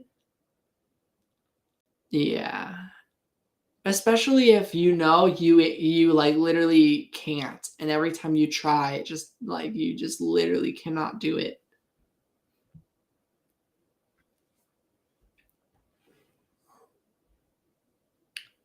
Yeah. I think there's a lot that the world still has to learn about ableist views, and that they're like that instead of shaming people that you know for uh any financial things or like taking care of themselves type of a thing, that like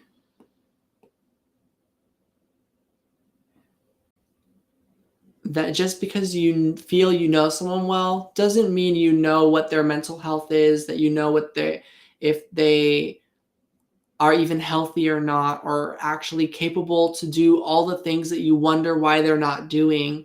Like it could just be that they really do not have the same tools and resources that you do. You could have even been born in like the same place under seemingly the same situation, but still end up with completely different tools and resources. Or one person can have some sort of tools and resources while the other could actually somehow end up with no tools and resources. Like that's entirely possible as well. So those are some thoughts that I about my situation.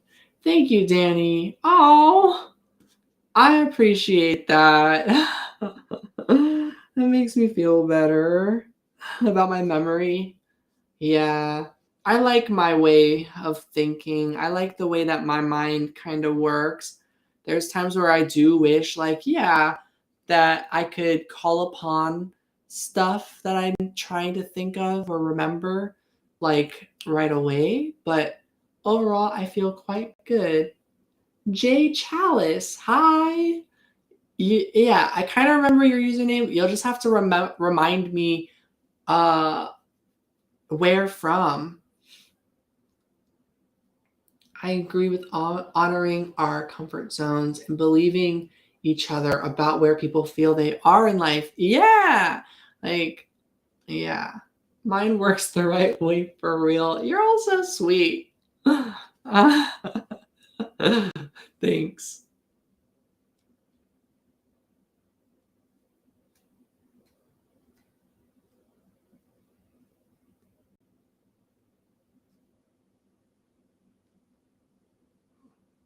Really nervous. Can I see why with cards? Yeah, let's give that a try.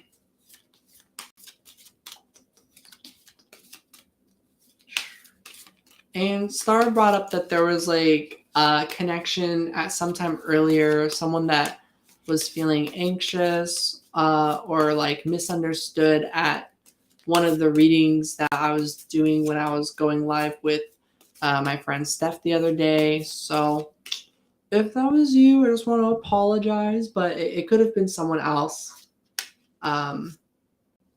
Like the information being relayed to me was relayed like anonymously, so I don't know who it was, but I do want to know who it was because I want to minimize the possibility of misunderstandings or hurting pretty much anyone.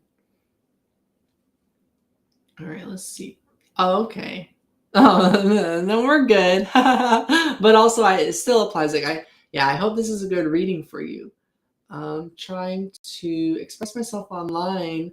Okay, but I'm really feeling nervous. Can I see why with the cards? I think there's so much with I think you're super aware that you have the potential impact on others, or that there's also like there's the potential that people can judge you and view you in a way that you wouldn't want to be viewed in. And I think that's valid and scary to like the possibilities of how people could react to something. Oh, no way I can. You would be surprised. I end up hurting my loved ones all the time, somehow, some way. I do get hurt by my loved ones somehow, some way as well. And often it's usually that's how I end up hurting my loved ones somehow, some way, which is that I felt hurt by a loved one, but I'm definitely not perfect. Like I I'm not always um I'm not always like the absolute best at handling situations. I don't always know what is the absolute right thing to do. What I do know though is that like I try my absolute best, and that I do know in my own reality that the decisions I always end up making are what make the most sense and is what I'm most like able to do at that time.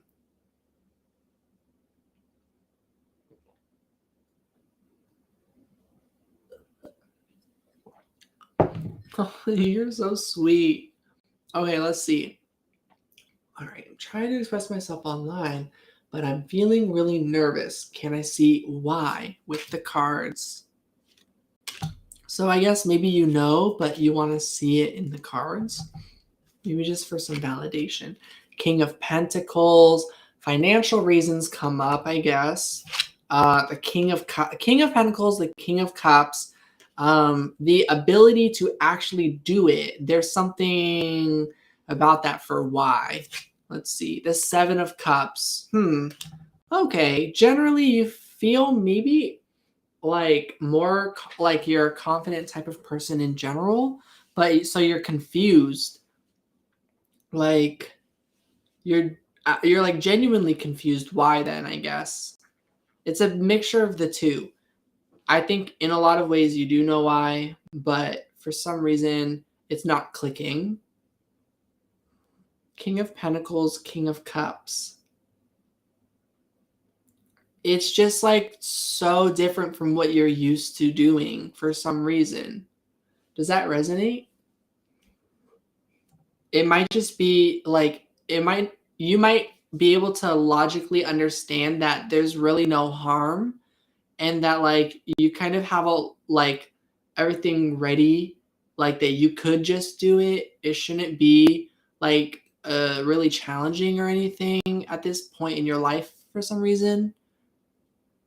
Uh at least in this way that you're thinking of, like putting yourself out there, expressing yourself online. So yeah, but for some reason, yeah, it's very confusing. Okay, so these cards came out. Eight of Swords and the Strength card. There's just certain mental limitations, like mental gymnastics that keep you trapped, and you're fighting really hard to break those. It's like you've really worked through a lot and got to this point where you've come to really understand a lot about that.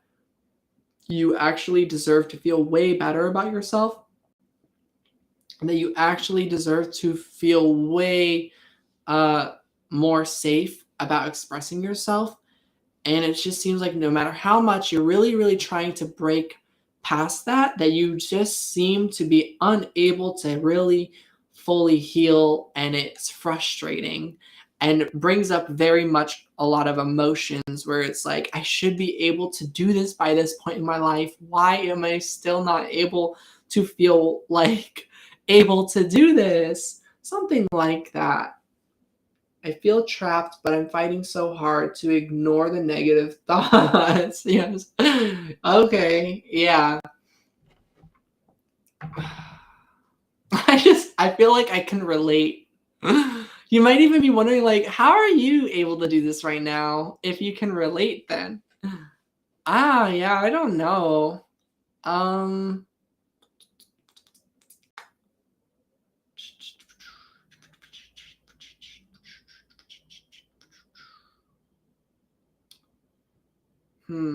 yeah, what helped me get to this point? I really don't know. I ended up having like a specific reason. Just have to do it probably. I honestly think so. Yeah, I think pretty much you just do it.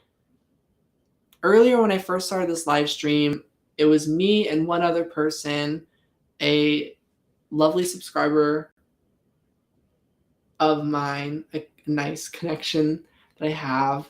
Um, and I was like, this is good. Like, I was like, I really hope that like I get some like real like liveliness, like where there's a lot going on in the chat, but like okay. Um and then after a while, like you all just kind of showed up, and I don't know. I'm like surprised, and suddenly I feel like oh, LA, you're still here. Yay. I was wondering. I was like, I hope we can at least chat a little bit before the end of my live stream one more time. Okay, cool. Yeah, the Eight of Cups, Nine of Swords. I think, yeah, the fears that you're having, like, you just keep on working on just walking away, like, not forcing to push through the fear, but choosing to genuinely walk away from the fear. Like, huh, like, someone's like, oh, I have a fear of fire. Oh, I need to face my fear. And, or like lightning. I'm basically describing a few scenes from TV shows that I watched. And they're like, oh, I gotta touch the lightning. And then it's like, before they do it, they're like, wait, why would I do that? Like, again, I'm afraid, but how does this face that? Like, this is gonna get me hurt. So they're like, oh, I need to just walk away. So I feel like saying that, like, I do think, like, however you're gonna get through these fears, it's gonna not be by having to absolutely like make yourself have these breakdowns all the time about stuff, but instead like find a way where you can peacefully walk away with and feel intact and just get to feel kind at least somewhat together, you know? Happy with your love life. At least you already found your life partner in this lifetime. He's nice, caring, loving, faithful, trustworthy. Aww.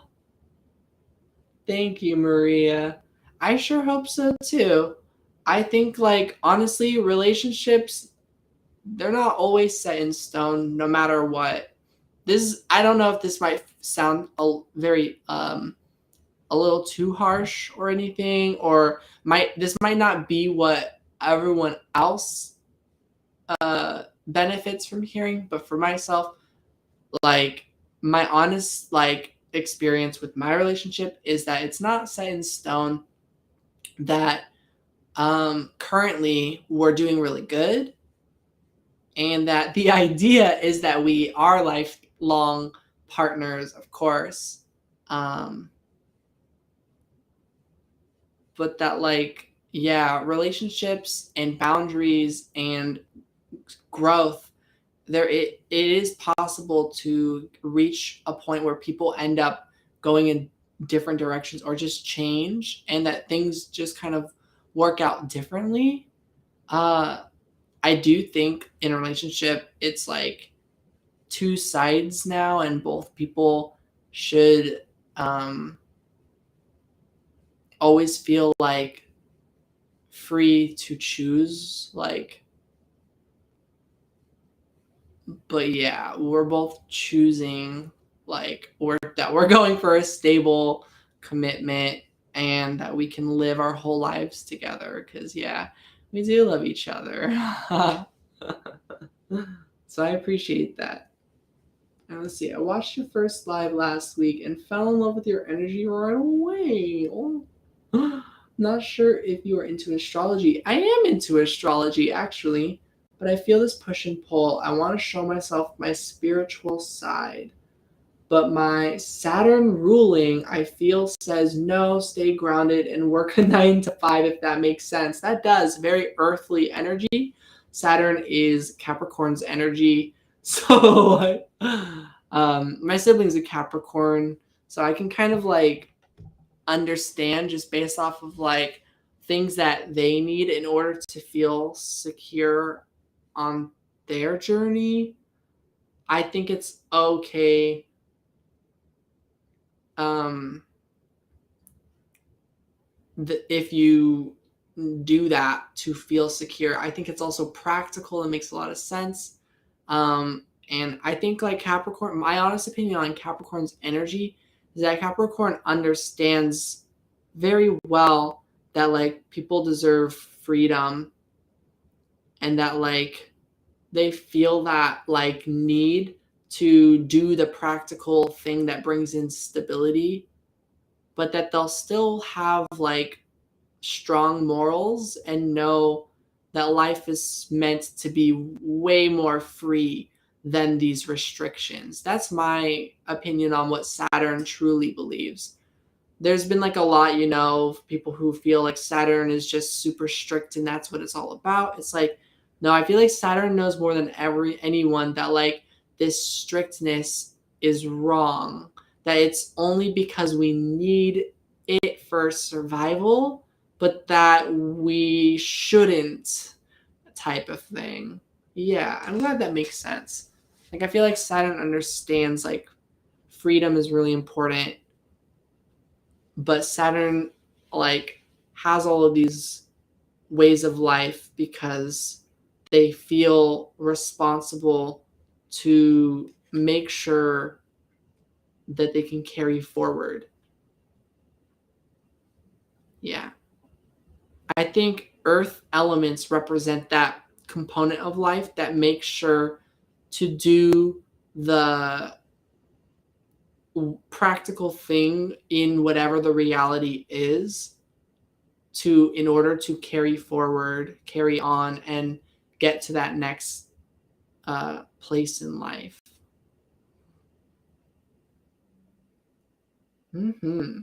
So yeah, I am very into astrology. I think how you feel about your Saturn ruling makes a lot of sense to me.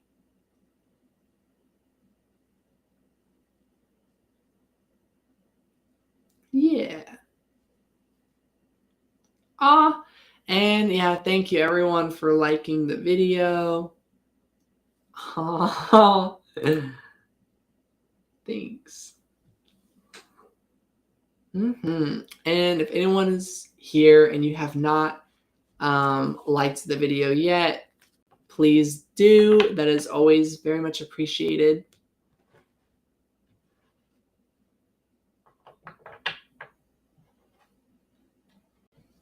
And I think I'm going to close off the reading tonight with a collective reading just for everyone. And just kind of like, let's do an energy on January of the month. I haven't done a monthly reading yet, I don't think. The High Priestess. This is just saying like this is going to be a month of really following your intuition, things ever so slightly happening for some of you, subtle changes. Thank you. Thank you for telling me that. No. I do feel it's really important to get to be myself, and to hear that is kind of like validating. Yeah, so yeah, I just want to say that. Wow, and 2 major arcana, the High Priestess and the Lover's card. Yeah, in terms of love for everyone, this is going to be a very intuitive month. So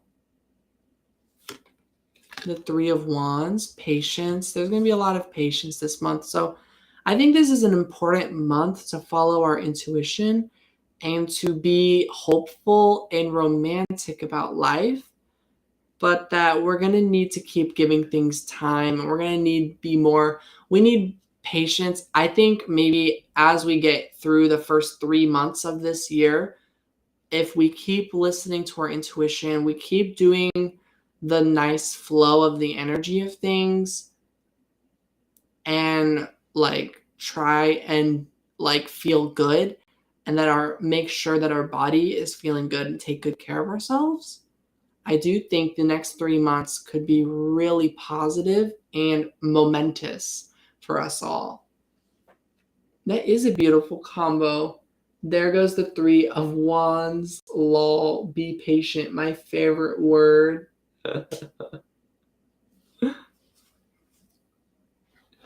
Yeah. Oh, the Ace of Pentacles, though. Like, I do think this month is still full of opportunity, but it's like, it's going to be in bursts. It's not going to just be consistently always there, I don't think. The 7 of Wands, it's going to be like one challenge to the next. We're going to be very much on the go. So nothing is fully like a foundation is still in the works, but we do have a lot to go with, to start with. A lot of potential, I feel. Yeah. Are you doing the okay? What's this card? Ooh, the Knight of Swords. I do think we're going to be able to tackle a lot of things that we hadn't before.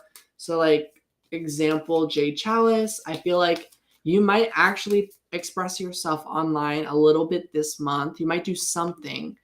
I think you're maybe finding a safety net where you can do that in a way that you can at least do it. For example, sometimes making a video just to yourself, at least you've made one. Yeah. So you might not like post it, but you might record something. Or you might write in your journal and do a little bit expression with yourself.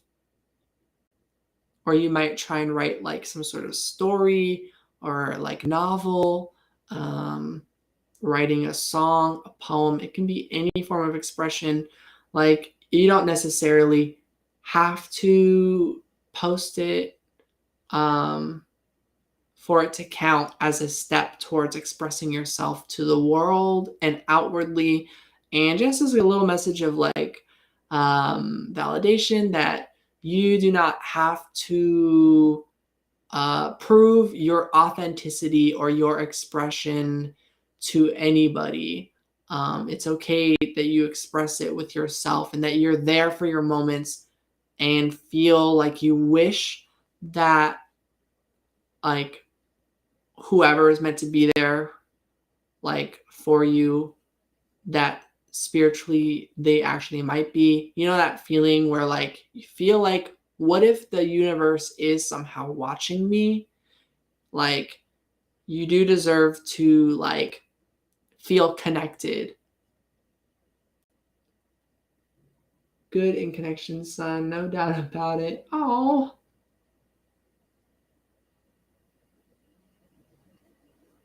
thank you. Like a TikTok, or is it YouTube? Started making a video of myself yesterday to start making this step, but didn't post it. Well, so true. Yes, I just started that. That's so cool. And then, yeah.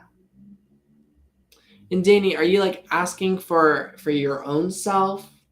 I don't remember what I was like where my train of thought was at a minute ago, but let me know. And I really want to look at these cards. So we get the World card and the Three of Pentacles card. Oops. And apparently we need to look at some other one. The Winged Boar. Wow. Believe in your dreams, and the Eight of Pentacles, and work on your dreams. Work on that.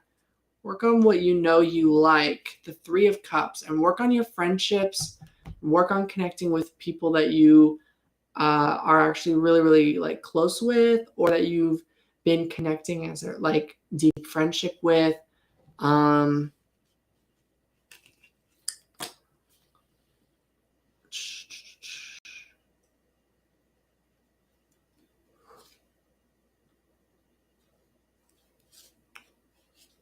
Work on like, or like pursue what you need to know on how to like grow, so that you can show up like feeling really good about your connections. Like, we all deserve to feel stable in our friendships. We all deserve to feel really good about the people we are connecting with, and obviously about ourselves. So I'm getting a message with the Three of Pentacles, the World, the Three of Cups, like that, to believe in love and reciprocity, to believe in friendship and connections, and to gain knowledge about having those and what it means to put in work towards those. And just like, if you know what you need to do, then you know what you need to do. And I think most important for those connections is working on ourselves and like our own personal development and growth, to continue shedding whatever feelings that we like need to work through. Yeah. Wow. Okay, let's see. Oh, to Chalice. Okay, gotcha. I was pretty sure. I wasn't too sure. Yeah, both YouTube and TikTok. Wow, you double guessed it. Can't wait for the next live. I want to express my gratitude to you. Oh. Okay. Well, I'll try to go live tomorrow.